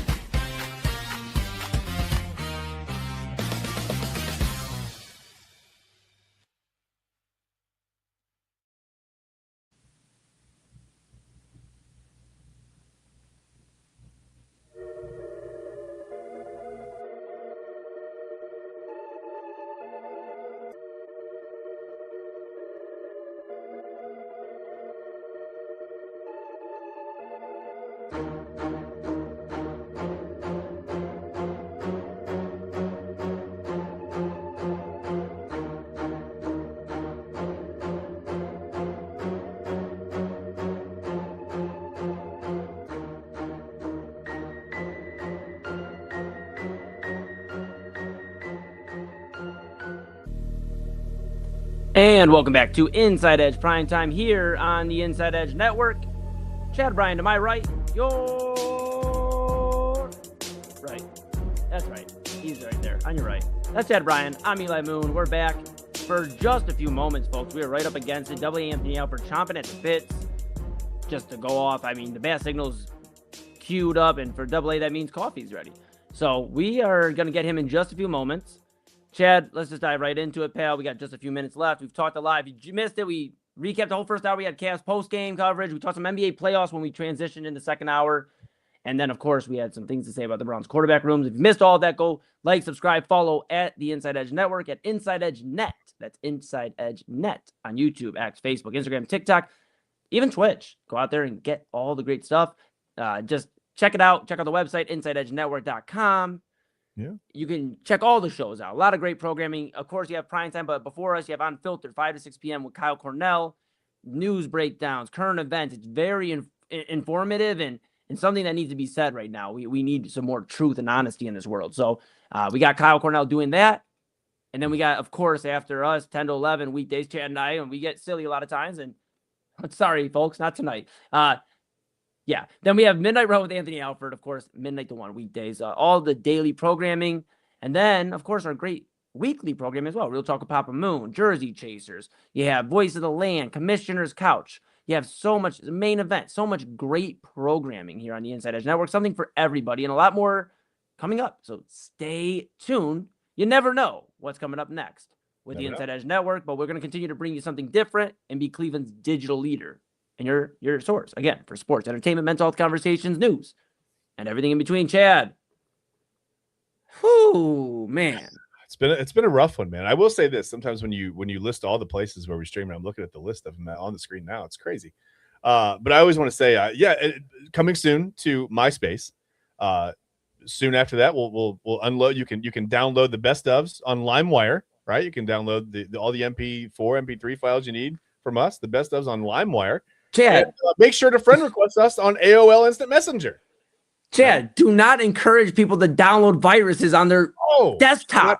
Okay, don't do that. Don't do that. There's a reason LimeWire shut down. That's right. There's a reason that I didn't get to use my mom and dad's computer after a few months. It's because still make us one of your top 5 friends in MySpace. We would appreciate that. Yeah. Anyway, all right, don't do the music on your page. It'll take 45 minutes to load with dial-up. I'm old. Okay. You get ads. Sometimes you get ads in the MP3. Oh my gosh. Man. Final thoughts. You want to go first, or you want me to go? I'll go first. Listen, I don't like to make a lot of jokes when it comes to mental health, but I just want to keep this a little bit light. As it pertains to May, it is Mental Health Awareness Month. I would suggest that over the next, likely 2 games of the Cavs season, detach yourselves. Just don't let this team get to you. Don't attach your emotional well-being to this team right now. Just watch with a detached psyche. Separate your heart from your brain and your eyes, and just watch this team, because this is likely the last time you'll see this assortment of players together, unless they all go somewhere else in the NBA. I don't know that they make it to Game 5, Eli. The way they're playing right now, I don't know that it makes a difference if they play at home, if they're playing away, if they're playing in a neutral site, if they're playing in a high school gym, if they're playing in a trash can. I don't think that it matters. I would just advise you to detach yourself emotionally from this team over the next likely 2 games, maybe 3, but likely 2, and just watch, just see these players on the floor and go, hey, remember this time when the Cavs were this really good regular season team, and then the playoffs stunk, and then just hope like hell we go out and get Giannis. That's all I got. Yeah, brother. I could not have said it better myself. I think I'll close with this. Give somebody a hug tomorrow, Cleveland. Give somebody a hug. We're going through so much shit right now. Give somebody a hug. Look, biggest Cavs fan you know, give them a hug. Yeah, hug somebody tomorrow, Cleveland. And if you see me out and about, give me a hug, man. I'll take one. Just make sure you wear deodorant. It's getting a little warm out. All right. With that being said, those are our final thoughts. That is the show. This is inside. Excuse me. You see, I get worked up about the Browns, and this is what happens. Hey. You know what else happens? If we're in the studio after midnight, you know what happens? And everything starts switching. Well, no, everything starts switching on us. Oh my gosh! Yep, here we go. The lights start changing. Oh. It gets a little crazy in here. You got Omar's blue ghost. all of a sudden. Not Omar's ghost. In fact, it's somebody that's well lit tonight. He's unhinged. He's mad. He's angry. He's pissed off. He's probably a little hungry because he probably forgot to make dinner tonight. Coming straight at you from the Cavs' dead room. It's a living room, Chad. It's a living room. And, of course, after station identification, we'll have the man, the myth, the legend, our program director, and our brother, Double A Anthony Alford, giving you the next hour of unhinged behavior. This has been Inside Edge Primetime here on the Inside Edge Network. For Chad Bryan, I'm Eli Moon. We'll be a little happier tomorrow. Fingers crossed. Midnight run after station identification. See you tomorrow. See.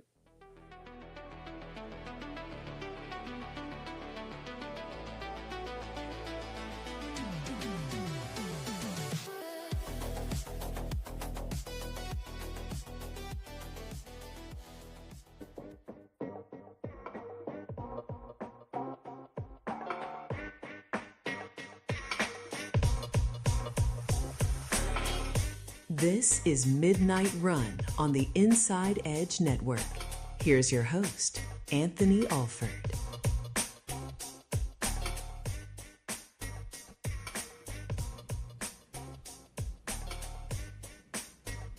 It is 12:04 here in the East Coast, and we suck. I don't know what that was tonight, but we're going to try to break it down. Welcome to the Midnight Run here on the Inside Edge Network. We're on social media at Inside Edge Net, Twitch, Facebook, Twitter, Instagram, YouTube, TikTok. We're all there. I had to jump on the postgame show earlier today because we have thin walls here. So it's been 2.5 hours since that game happened. We got some sound that we're going to play here in just a little bit. From all parties involved. But I just want to lay things out. We have a laundry list of topics. I think like 4 or 5 of the topics I sent to Eli, we probably won't even get to until tomorrow because I have so many Cavalier thoughts. Technically the series is not over, but the fat lady is warming up the band right now. When the Cavs are losing games where talent-wise they're good enough to win, I don't know if there's any coming back from this. Now, again, that's not to say after Game 5 the series can be tied at 2-2, but it's clear and obvious that this team cannot win on the road. It is clear and obvious that this team has no mental toughness. It is clear and obvious that for us as fans, for most of the NBA playoffs, there's an extra sense of urgency. There's an extra level of pressure. For the Cavaliers, this is a 9-to-5. For the Cavaliers, this is just their time to clock in, do what they're supposed to do, and clock out. That's it. This team is never ready to play at the beginning of games. It's another game where there's a slow start. Cavaliers down, getting down to double digits, working their way back in. And that's the thing. Sometimes when you're not where you need to be in terms of mentality, what ends up happening is while everybody else has that sense of urgency, while everybody else is on the go moving, you're in quicksand. And then it becomes normalized.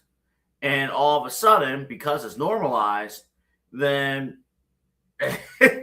you don't know that you have problems. In fact, again, the sound we're going to play for you here today, the post-game sound that we'll play for you throughout the show, you listen to these guys talk, I don't think they realize that they're down 2-0. I don't think they realize that this thing could all be blown up. It's the most expensive roster in the NBA. Well, why should they care? They're already paid. They're already paid. The name that we're going to talk about mostly coming up in the second segment, most of my anger is towards James Harden. James Harden was just a disappointment, and we're going to spend our time talking about James Harden. But it occurred to me, I didn't believe this was true. Evan Mobley had 1 rebound. Evan Mobley, the next big superstar in our league, had 1 rebound. The next big superstar in our league, he has never been an impact player. He is not an impact player. And coming up at 12-20, Evan Mobley, this dude is overrated. And he's going to get paid like he's Giannis. He's going to get paid like he's Kevin Durant. He's going to be paid like he's one of those top-level stud superstars. And he doesn't set a tone. He's not a tone setter. So the more I sat and I listened to Eli and Chad, during the post game as we were getting ready for Midnight Run, the more I'm sitting here, I'm like, dude, Evan Mobley, when you're talking about elite players, this dude stinks. We'll talk about him coming up in about 10 minutes. I mentioned doing the post-game show, and I think it's all true. The Cavaliers they're led by B-plus players across the board. They're led by B-plus players. Yeah, if you look at the box score, Donovan Mitchell, 31 points. 31 points is 31 points. Pretty good stuff. But when you need scoring, when you need that overdrive, when you need Donovan Mitchell to play more minutes, it's not there. Donovan Mitchell, 37 minutes tonight. He should be in the 40s. I personally, watching him, I do think there might be a little bit of an issue with the hamstring. Something's off with that. But I'm watching Donovan Mitchell, 37 minutes. Kay Cunningham, however, 42 minutes. Tobias Harris, 37 minutes. Duncan Robinson, 37 minutes. And by the way, don't look now. Duncan Robinson looks like a sneaky playoff MVP candidate. And I know Kay Cunningham's going to get all the headlines. But when Duncan Robinson gets going, Detroit wins playoff games. And Duncan Robinson's having the best stretch of his career right now. Defensively, we don't defend the perimeter. We don't defend the 3. We never have. This team, our team, the Cavaliers, low IQ. They don't know what spots they need to get to. They don't know what they need to do to face off against other competition. And a lot of that, JB Bickerstaff is eating Kenny Atkinson's lunch. But JB Bickerstaff, coaching here, he knows these players. He knows these players are not smarting themselves up. He knows this. It's unbelievable.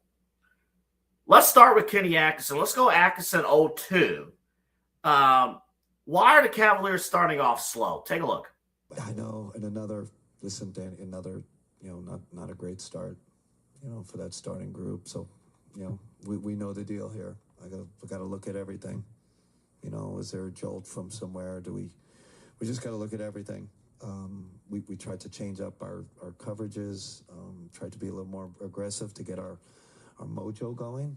I don't know what it is with the start of games. I mean, they came out super aggressive, of course, but it's playoffs. So obviously haven't figured that one out. Still back to the drawing board. Well, you could be back to the drawing board sitting next to me hosting on InsideEdge Network when you're out of a job. When you can't figure this out, Kenny Atkinson. You can sit right next to me. Suddenly, I might have a co-hosting opening here on Midnight Run. You can sit right next to me because you can't figure out why Toronto comes out guns blazing against us, why Detroit comes out guns blazing against us? Why Indiana last year comes out guns blazing against us? Evidently, you can't figure it out.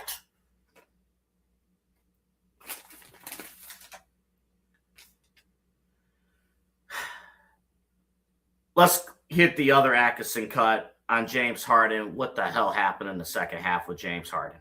I feel, on me. He took 2 shots in the second half. I'll put that on me. We tried to. I think the idea in the second half was to push the pace, and try to play quicker and get the ball up the court. And he was doing a great job getting off it. But our offense isn't at a point now, like when him and Don should get off it, it should come back to them at some point. You know what I'm saying? And I felt that didn't, both him and Don, didn't kind of circle back to him. So we got to look at it. We can't have our Hall of Famer taking 2 shots in the second half. I'll take that one. So you're not coming up with a good game plan, or players aren't listening to you. They think, oh, everything's cool. Everything's cool. Speaking of which, James Harden, 2 shots, fourth quarter, or in the second half, 2 shots, trash in the second half. 16, 17. Is there a strip club out there that could supply this man with chicken and confidence? Is there a strip club in Brook Park, downtown Cleveland, somewhere, anywhere, that can light a fire under this dude? James Harden? Before we go to break, let's go to James Harden, Harden 02, on his second half 2-shot performance. I mean, it's me, it's a team game. You know what I mean? So if the ball's moving, what you just commented on, the ball moving, we're getting shots, then that's for the betterment of the team. You know what I mean? So I think the best thing about it is just getting really, really good shots, and and then kind of finding a combination of, when to be aggressive and when to, get the team shots. James Harden, I have the box score here on the side. Didn't even point out throughout the night. He only had 10 points. 3 of 13 from the field, and 4 turnovers. Another game, by the way, with more turnovers than made field goals. Give me a team that has won with B-plus players. All B-plus players. Hasn't happened. Hasn't happened in over 25 years. But there's one player that I want to zero in on when we come back, because I could talk about the inefficiency of James Harden, and we'll definitely get into all that. I could talk about Donovan Mitchell not coming through and what's next for him. Jared Allen. Jared Allen played decent. But Jared Allen plays his best ball when the player that we're going to talk about next is not on the floor. And when this particular player is on the floor, do you even notice? Do you even effing notice? What you should notice is InsideEdgeNetwork.com. InsideEdgeNetwork.com. See our shows, our personality profiles, the QR code at the top of the screen. You get our partners, all of our phenomenal sponsors, and we have a merch store as well. So you definitely want to check that out. InsideEdgeNetwork.com. I'm Anthony Alford. We are here with you until 1. This is ugly. This is not good. This is not good. But I think you guys really need to pay attention to the player that we're going to talk about next on this team, because he is owed a lot of money, and he has not earned the opportunity to earn this much money. We'll talk about him next. This is Midnight Run on the Inside Edge Network.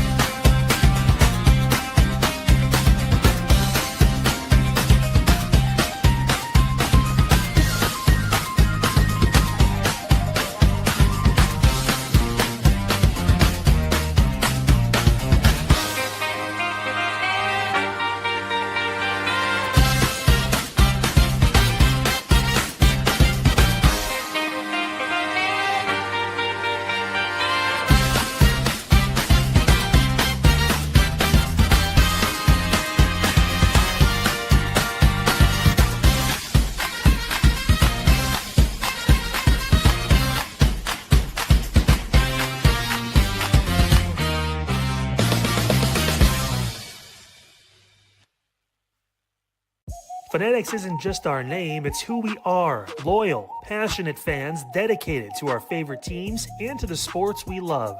That's why we're honored to be able to offer fans the world's largest collection of official sports apparel and sports jerseys from all leagues, teams, and players you love. We feature a wide selection of gear from every league, including the NFL, MLB, NBA, NHL, and NCAA merchandise, which allows us to serve fans of football, baseball, hockey, basketball, lacrosse, soccer, golf, and, well, everything else that gets your heart pumping. Go to fanatics.com by using the QR code on your screen right now to celebrate your teams. That's fanatics.com, a proud sponsor of the Inside Edge Network, Cleveland's digital leader.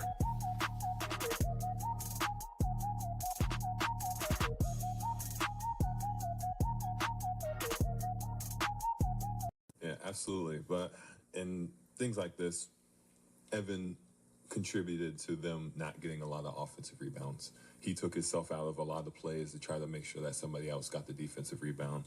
The stat sheet, I mean, one rebound isn't a lot, but the impact that he had on the glass was a lot more than that. There's a reason why the Smalls have 6, 5, and 4.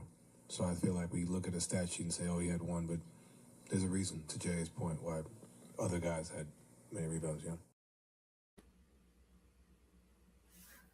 Oh, God. Oh, my God.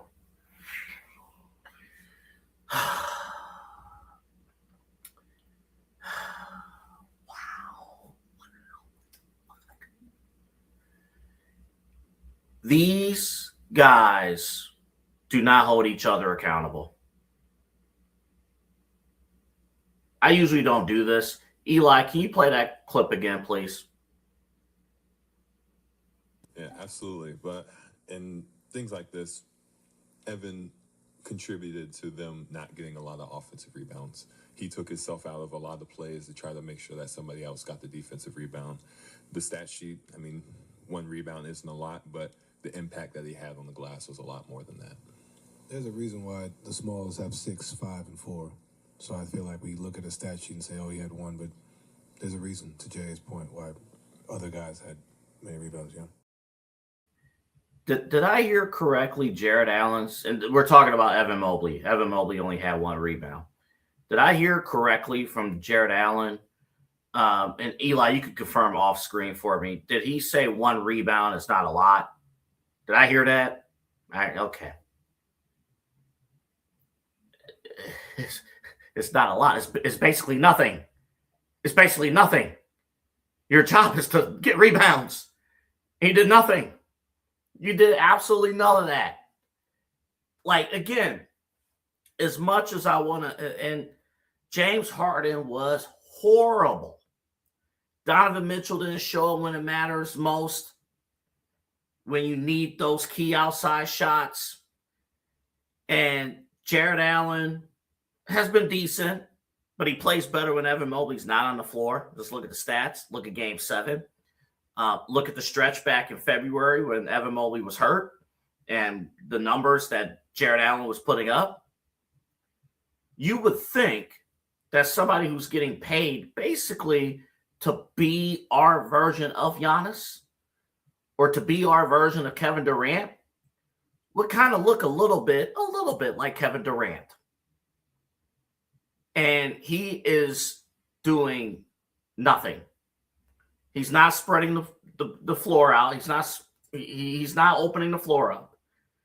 When he shoots threes, you're like, whoa, I don't know if it's going to go in. By the way, Evan Mobley only had 9 points. I don't even know if you noticed that he was on the floor. He only had 9 points. I'll read the box score for Evan Mobley just for context.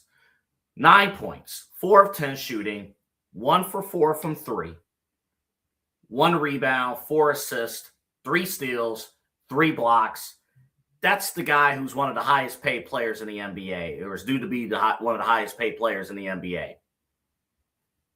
That's who Dan Gilbert is paying. Evan Mobley is stealing Dan Gilbert's money. Stealing his money. And he's stealing your money because you're paying tickets to see that garbage. My buddy, or our host, Kyle Cornell, he posted a comment earlier today. And we talked about it. Our network has talked about it. Eli, you could show it. About Giannis and Evan Mobley, because that was the whole thing. Giannis has a will to win it all, win the championship. If you could make a trade in the playoffs, I would in a heartbeat. And there it is up right there. Drew Holiday for Harden, Giannis for Mobley and picks. Both are working the trade machine. Yeah. Now, the problem, though, Giannis is going to be worth a lot more. And he might go somewhere else. But Evan Mobley, his stock is going down. It's going down. Evan Mobley, on The Athletic, ran a poll with NBA players, most overrated player. Now, to be fair, Tyrese Halliburton was voted as an overrated player last year before the playoffs, and Tyrese Halliburton took that personally, and he went to town all the way to Game 7 of the NBA Finals. So when you have a killer instinct, you take that criticism and you go to the finish line. You got these guys babying each other, babying Evan Mobley. There was a clip that I found here as we were preparing for the show. This was from Kevin O'Connor from Yahoo Sports. This was back in late March, but everything he says holds true. Evan Mobley, he says he's flat out overrated. Take a look. Evan Mobley is the most overrated and disappointing player in all of the NBA. Year 5 with Evan Mobley right now, and he hasn't improved a lick as a post scorer. He hasn't improved a lick as an isolation scorer. He is still just as shaky of a three-point shooter and a free throw shooter as he was when he was a rookie. So disappointing that this guy has plateaued since he entered the NBA. And you might be able to say, if Donovan Mitchell wasn't absorbing so many touches, Evan Mobley would get more opportunities to handle on the perimeter. Evan Mobley hasn't earned those touches. You look at what he is defensively with what he can be. He's super versatile. He can switch. He can defend across positions, but he doesn't set a tone because he's soft. Because he might be a great defensive player, but he's not a tone setter. He's not a true defensive player of the year. He won that award because other guys didn't reach 65 games a la Victor Wembanyama, and other guys were, quote unquote, too young to earn it from the voters.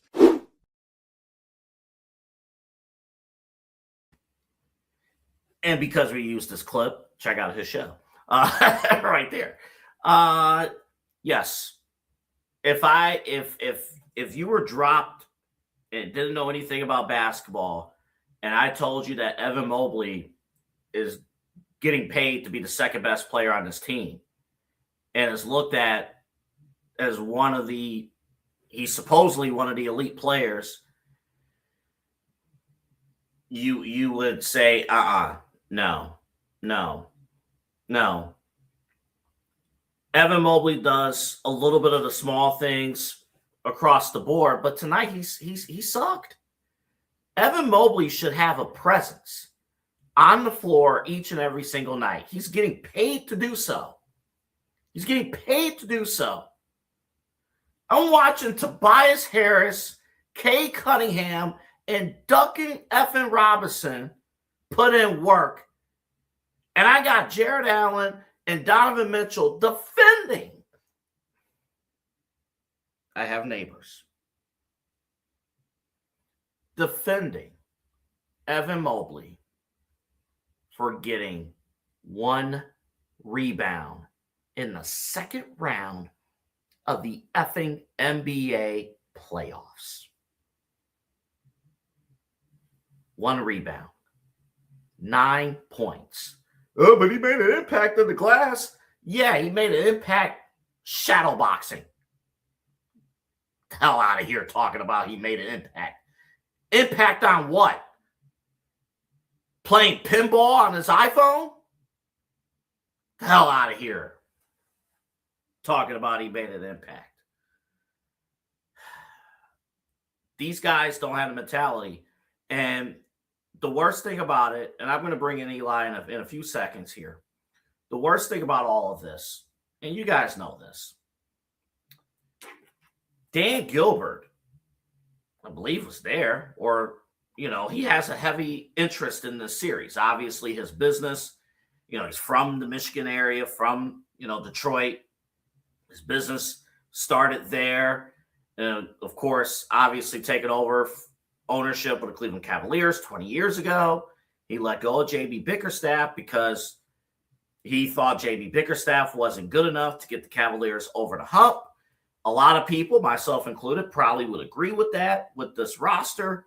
And we got to remember, Dan Gilbert ordered tickets for season ticket holders, Cavs, season ticket holders, to get bused from Cleveland to Detroit.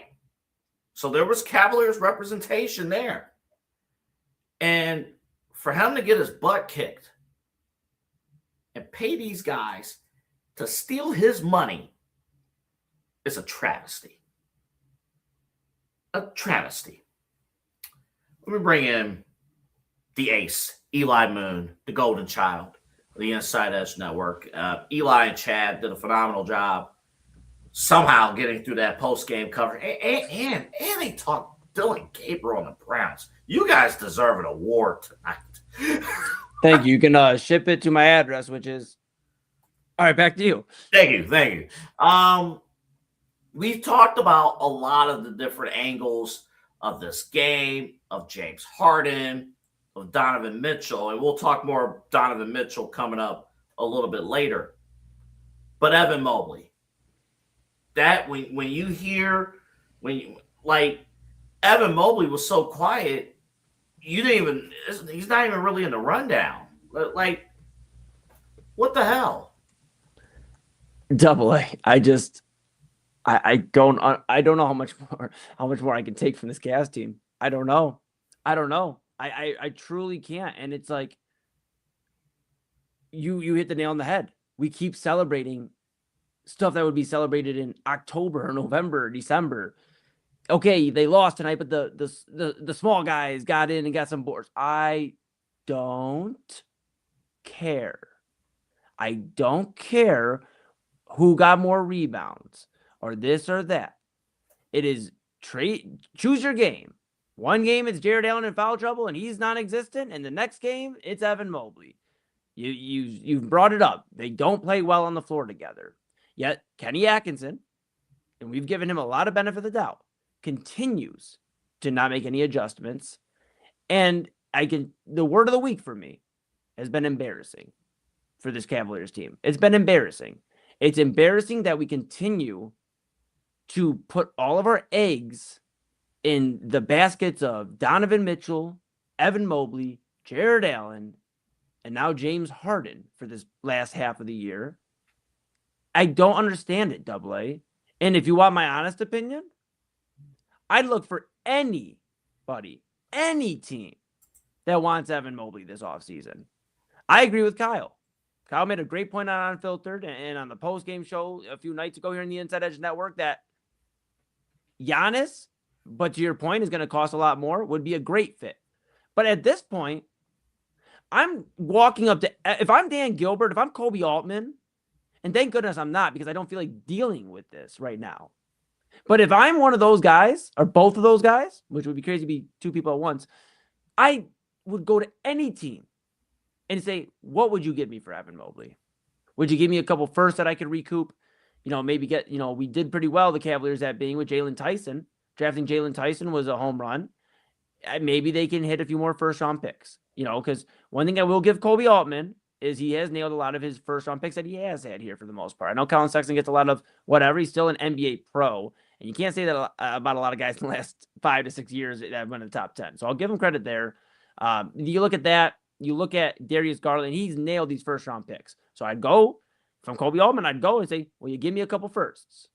Okay, you won't give me a couple firsts. Will you give me at least something? Because the more and more these playoffs go on and Evan Mobley's career continues on, the stock is going down. Double A, I'm going to tell a story here real quick on Midnight Run. I used to be in an economics class back in high school.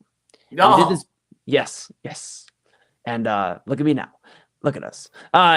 we did this fake stock game where we got these like fake stocks and you played and you traded off and you tried to win your, the most bread, the most money, and then you were the winner of the class. And I was running for about 3/4 of it, and then I traded a few bad stocks, and then whatever. It was bad. It was bad, not great.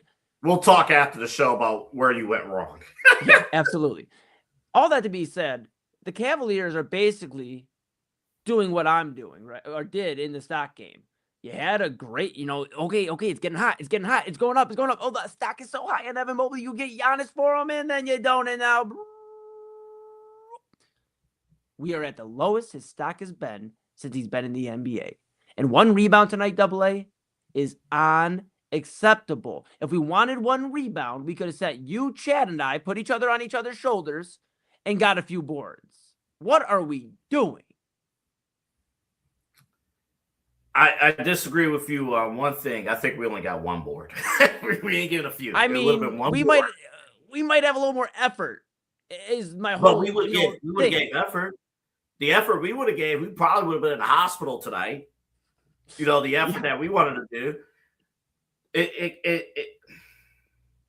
I'm going to say something that's going to piss off a lot of people, a lot of fans right now. Evan Mobley, I'm looking at his contract. 5-year deal, average salary $54 million, basically.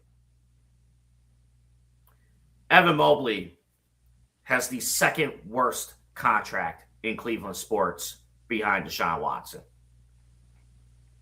Yeah, you're not going to get me to disagree with you. I mean, and if we want to get deeper into it, there's a few other Cavaliers that are probably in that top 5 list of worst contracts in Cleveland right now. We are paying a lot of money, not us. Dan Gilbert's paying a lot of money to see 1 rebound out of your supposed to be blossoming and should have already blossomed unicorn that just won't grow the horn on his head and become the unicorn. You spend all this money on all this. Who would want this?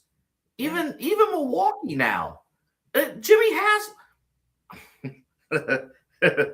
I know we can make a lot of jokes about Jimmy Haslam, but Jimmy Haslam's here in Cleveland, right? Jimmy Haslam, part owner of the Milwaukee Bucks. He actually spoke publicly about Giannis, but he's obviously keeping tabs of what's going on.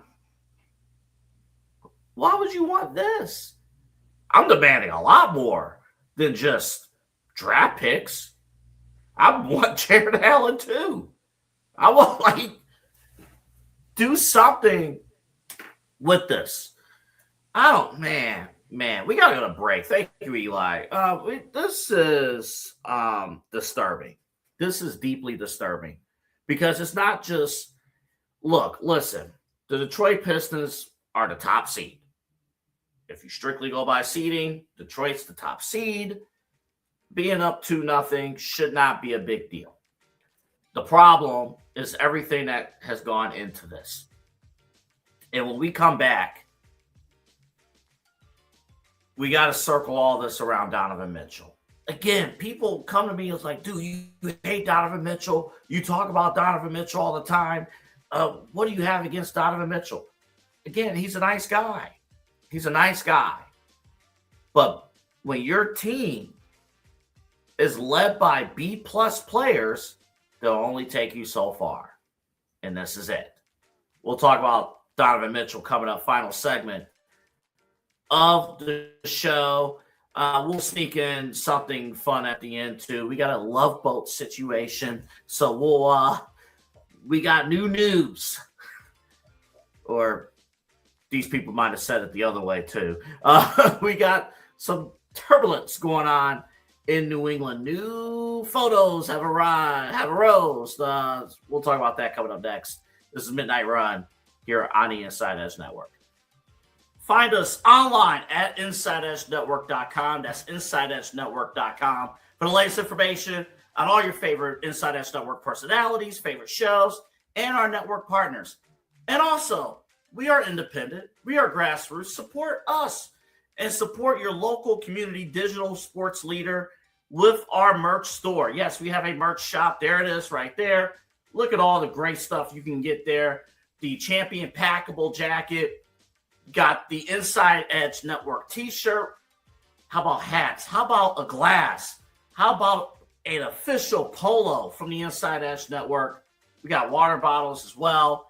And you can customize it. Multiple different colors and sizes that we have available for you. That's right. Rep the network. Support us here at the Inside Edge Network. We are Cleveland's digital leader for sports, entertainment, mental health, and the culture. Check out our merch store right now at InsideEdgeNetwork.com. That's InsideEdgeNetwork.com.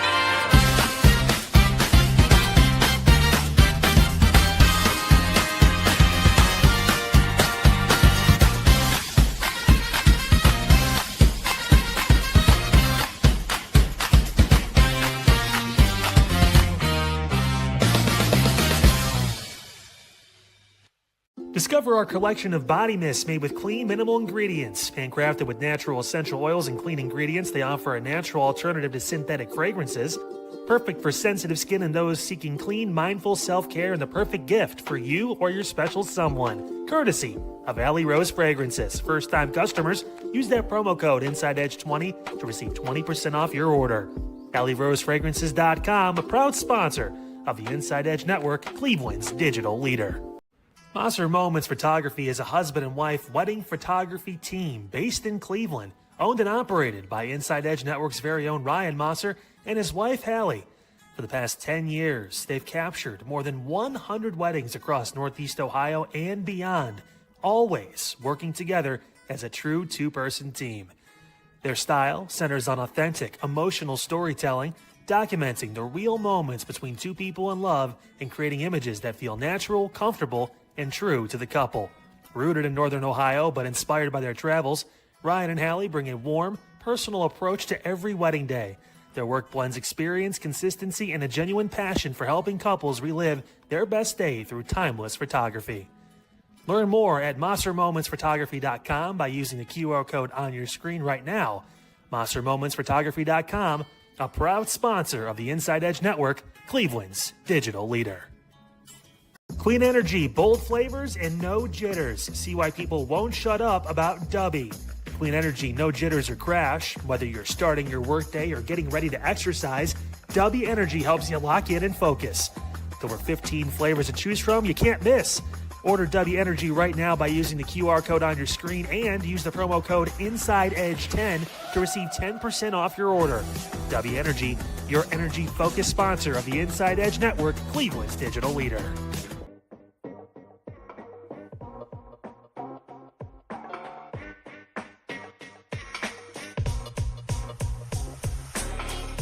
This is Midnight Run on the Inside Edge Network. Here's your host, Anthony Alford.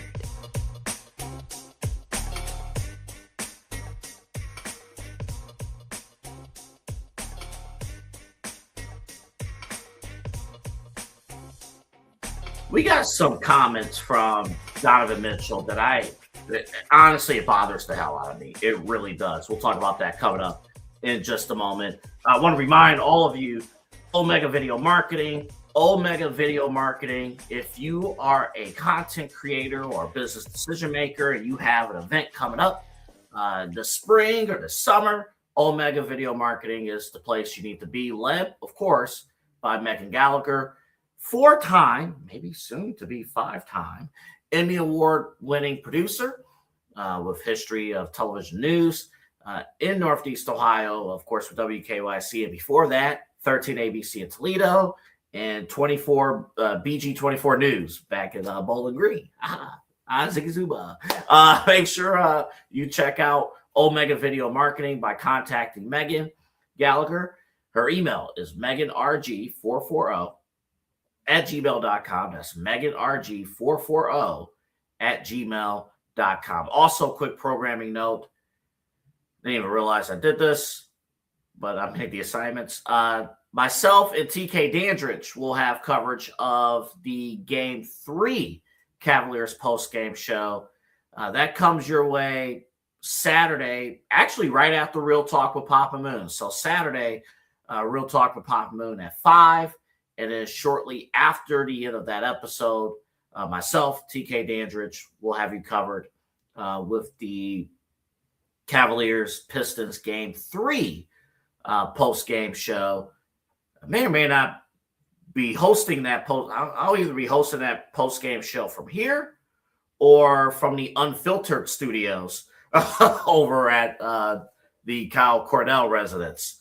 Boy, look at that studio setup. My goodness, what he has done with that. But myself and TK will have you covered for Game 3.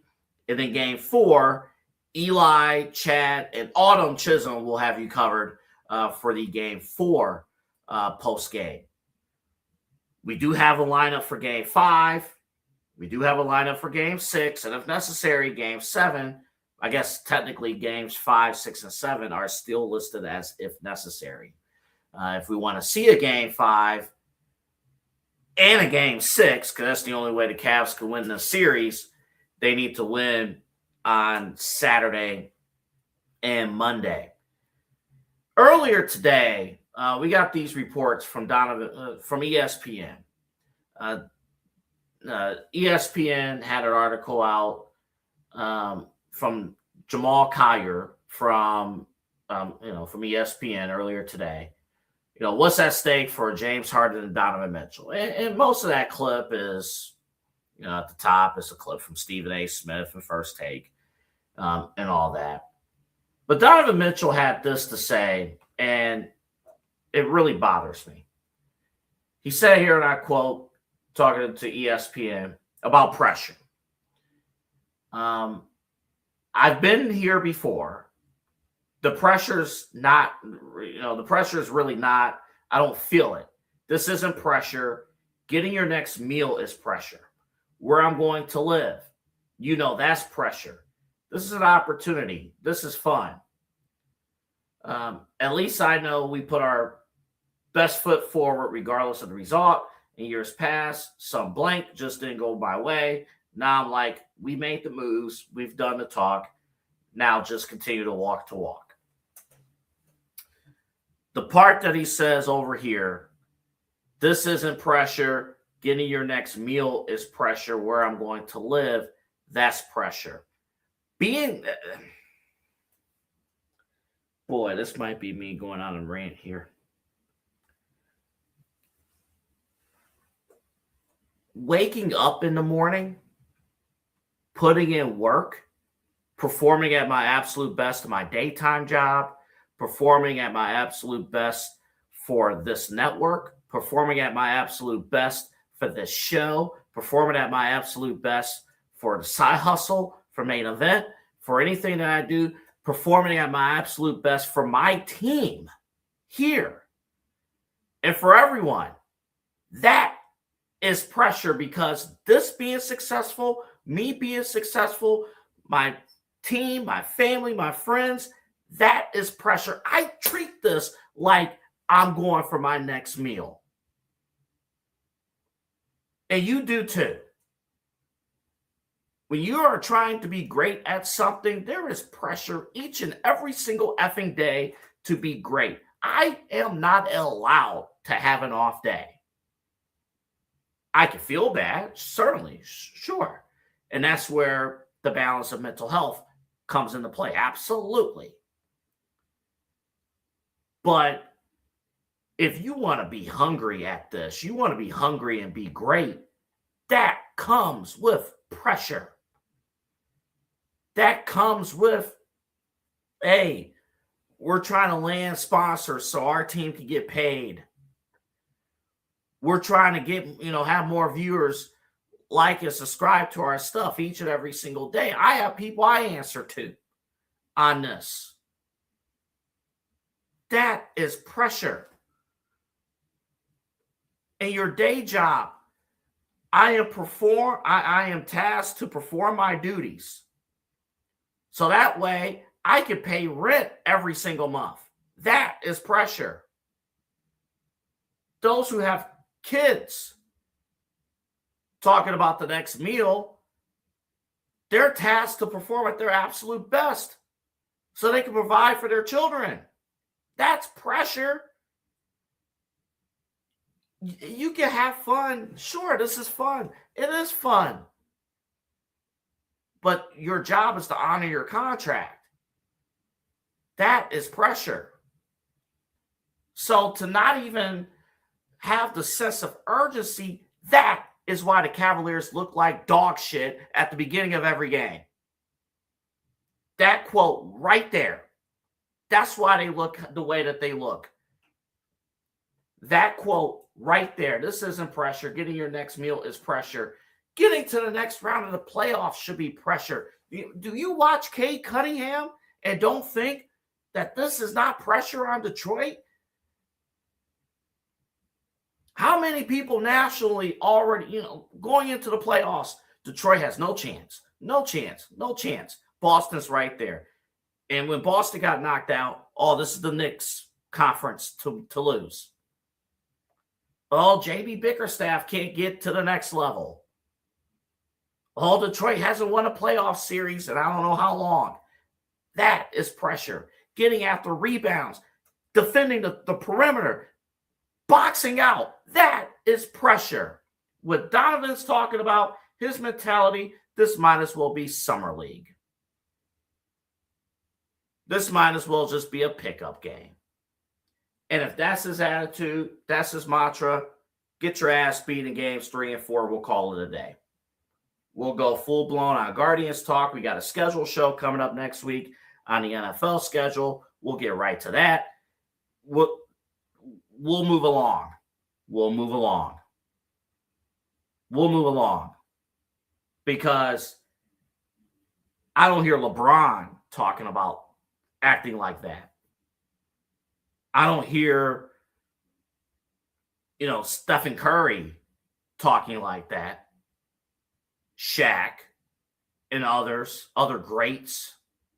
the late, great Kobe Bryant. Can you imagine the late, great Kobe Bryant saying that nonsense? If Kobe was here today, he would smack him in the face. How dare he say something like that? Oh, this ain't just this is nothing.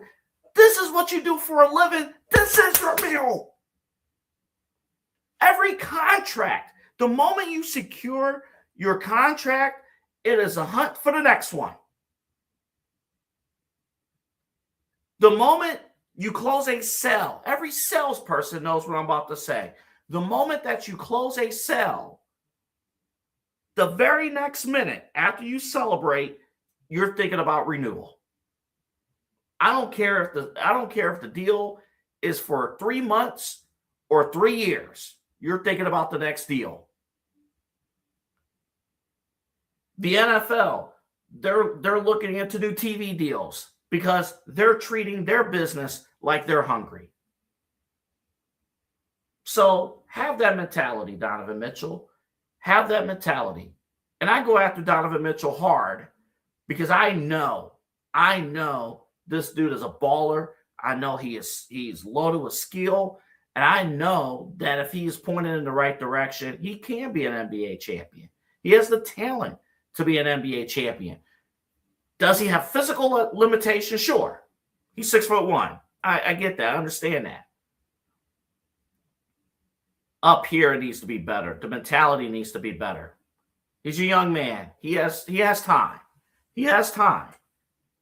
A year ago, I didn't have the drive that I have right now. A year ago, I probably would have agreed with this statement. A year ago, I didn't have the mentality that I have right now. I don't sleep. I don't sleep. And I still perform at an A+ level, at least in my eyes. Maybe I don't. But I'll at least give you an A+ effort.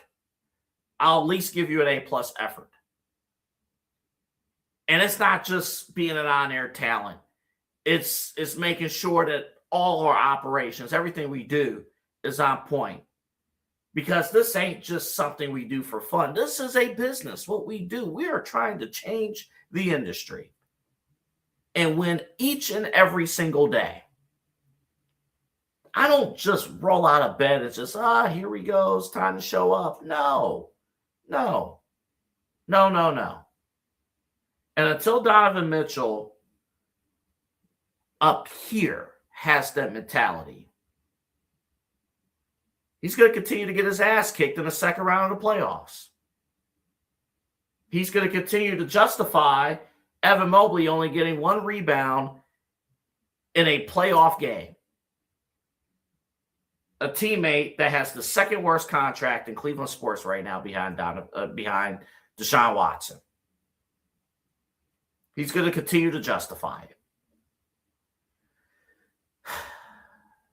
Sometimes I hope that some losses suck. They suck. And I know I got to wrap here. I'll end with this. Losses stink. Losing in any fashion in the playoffs sucks. It does. The key is always, what do you gain out of a loss? What do you learn from a loss? Eventually, if a team pushes you around enough, you get sick of it, you get tired of it, and you move forward. You would think after what happened to you against the Knicks all those years ago, that would be enough of a wake-up call. You would think what happened against you against the Celtics would be a wake-up call. You would think what happened to you against the Pacers would be a wake-up call. And this young team in Detroit, who only a couple years ago was doing jack blank, was doing nothing, all of a sudden, they're going to come pass you by. And it's just fun. It's just an opportunity. It's just fun. My ass. How dare you say that as the leader of this effing team? How dare you say that? It's 1:00. We're done. See you tomorrow.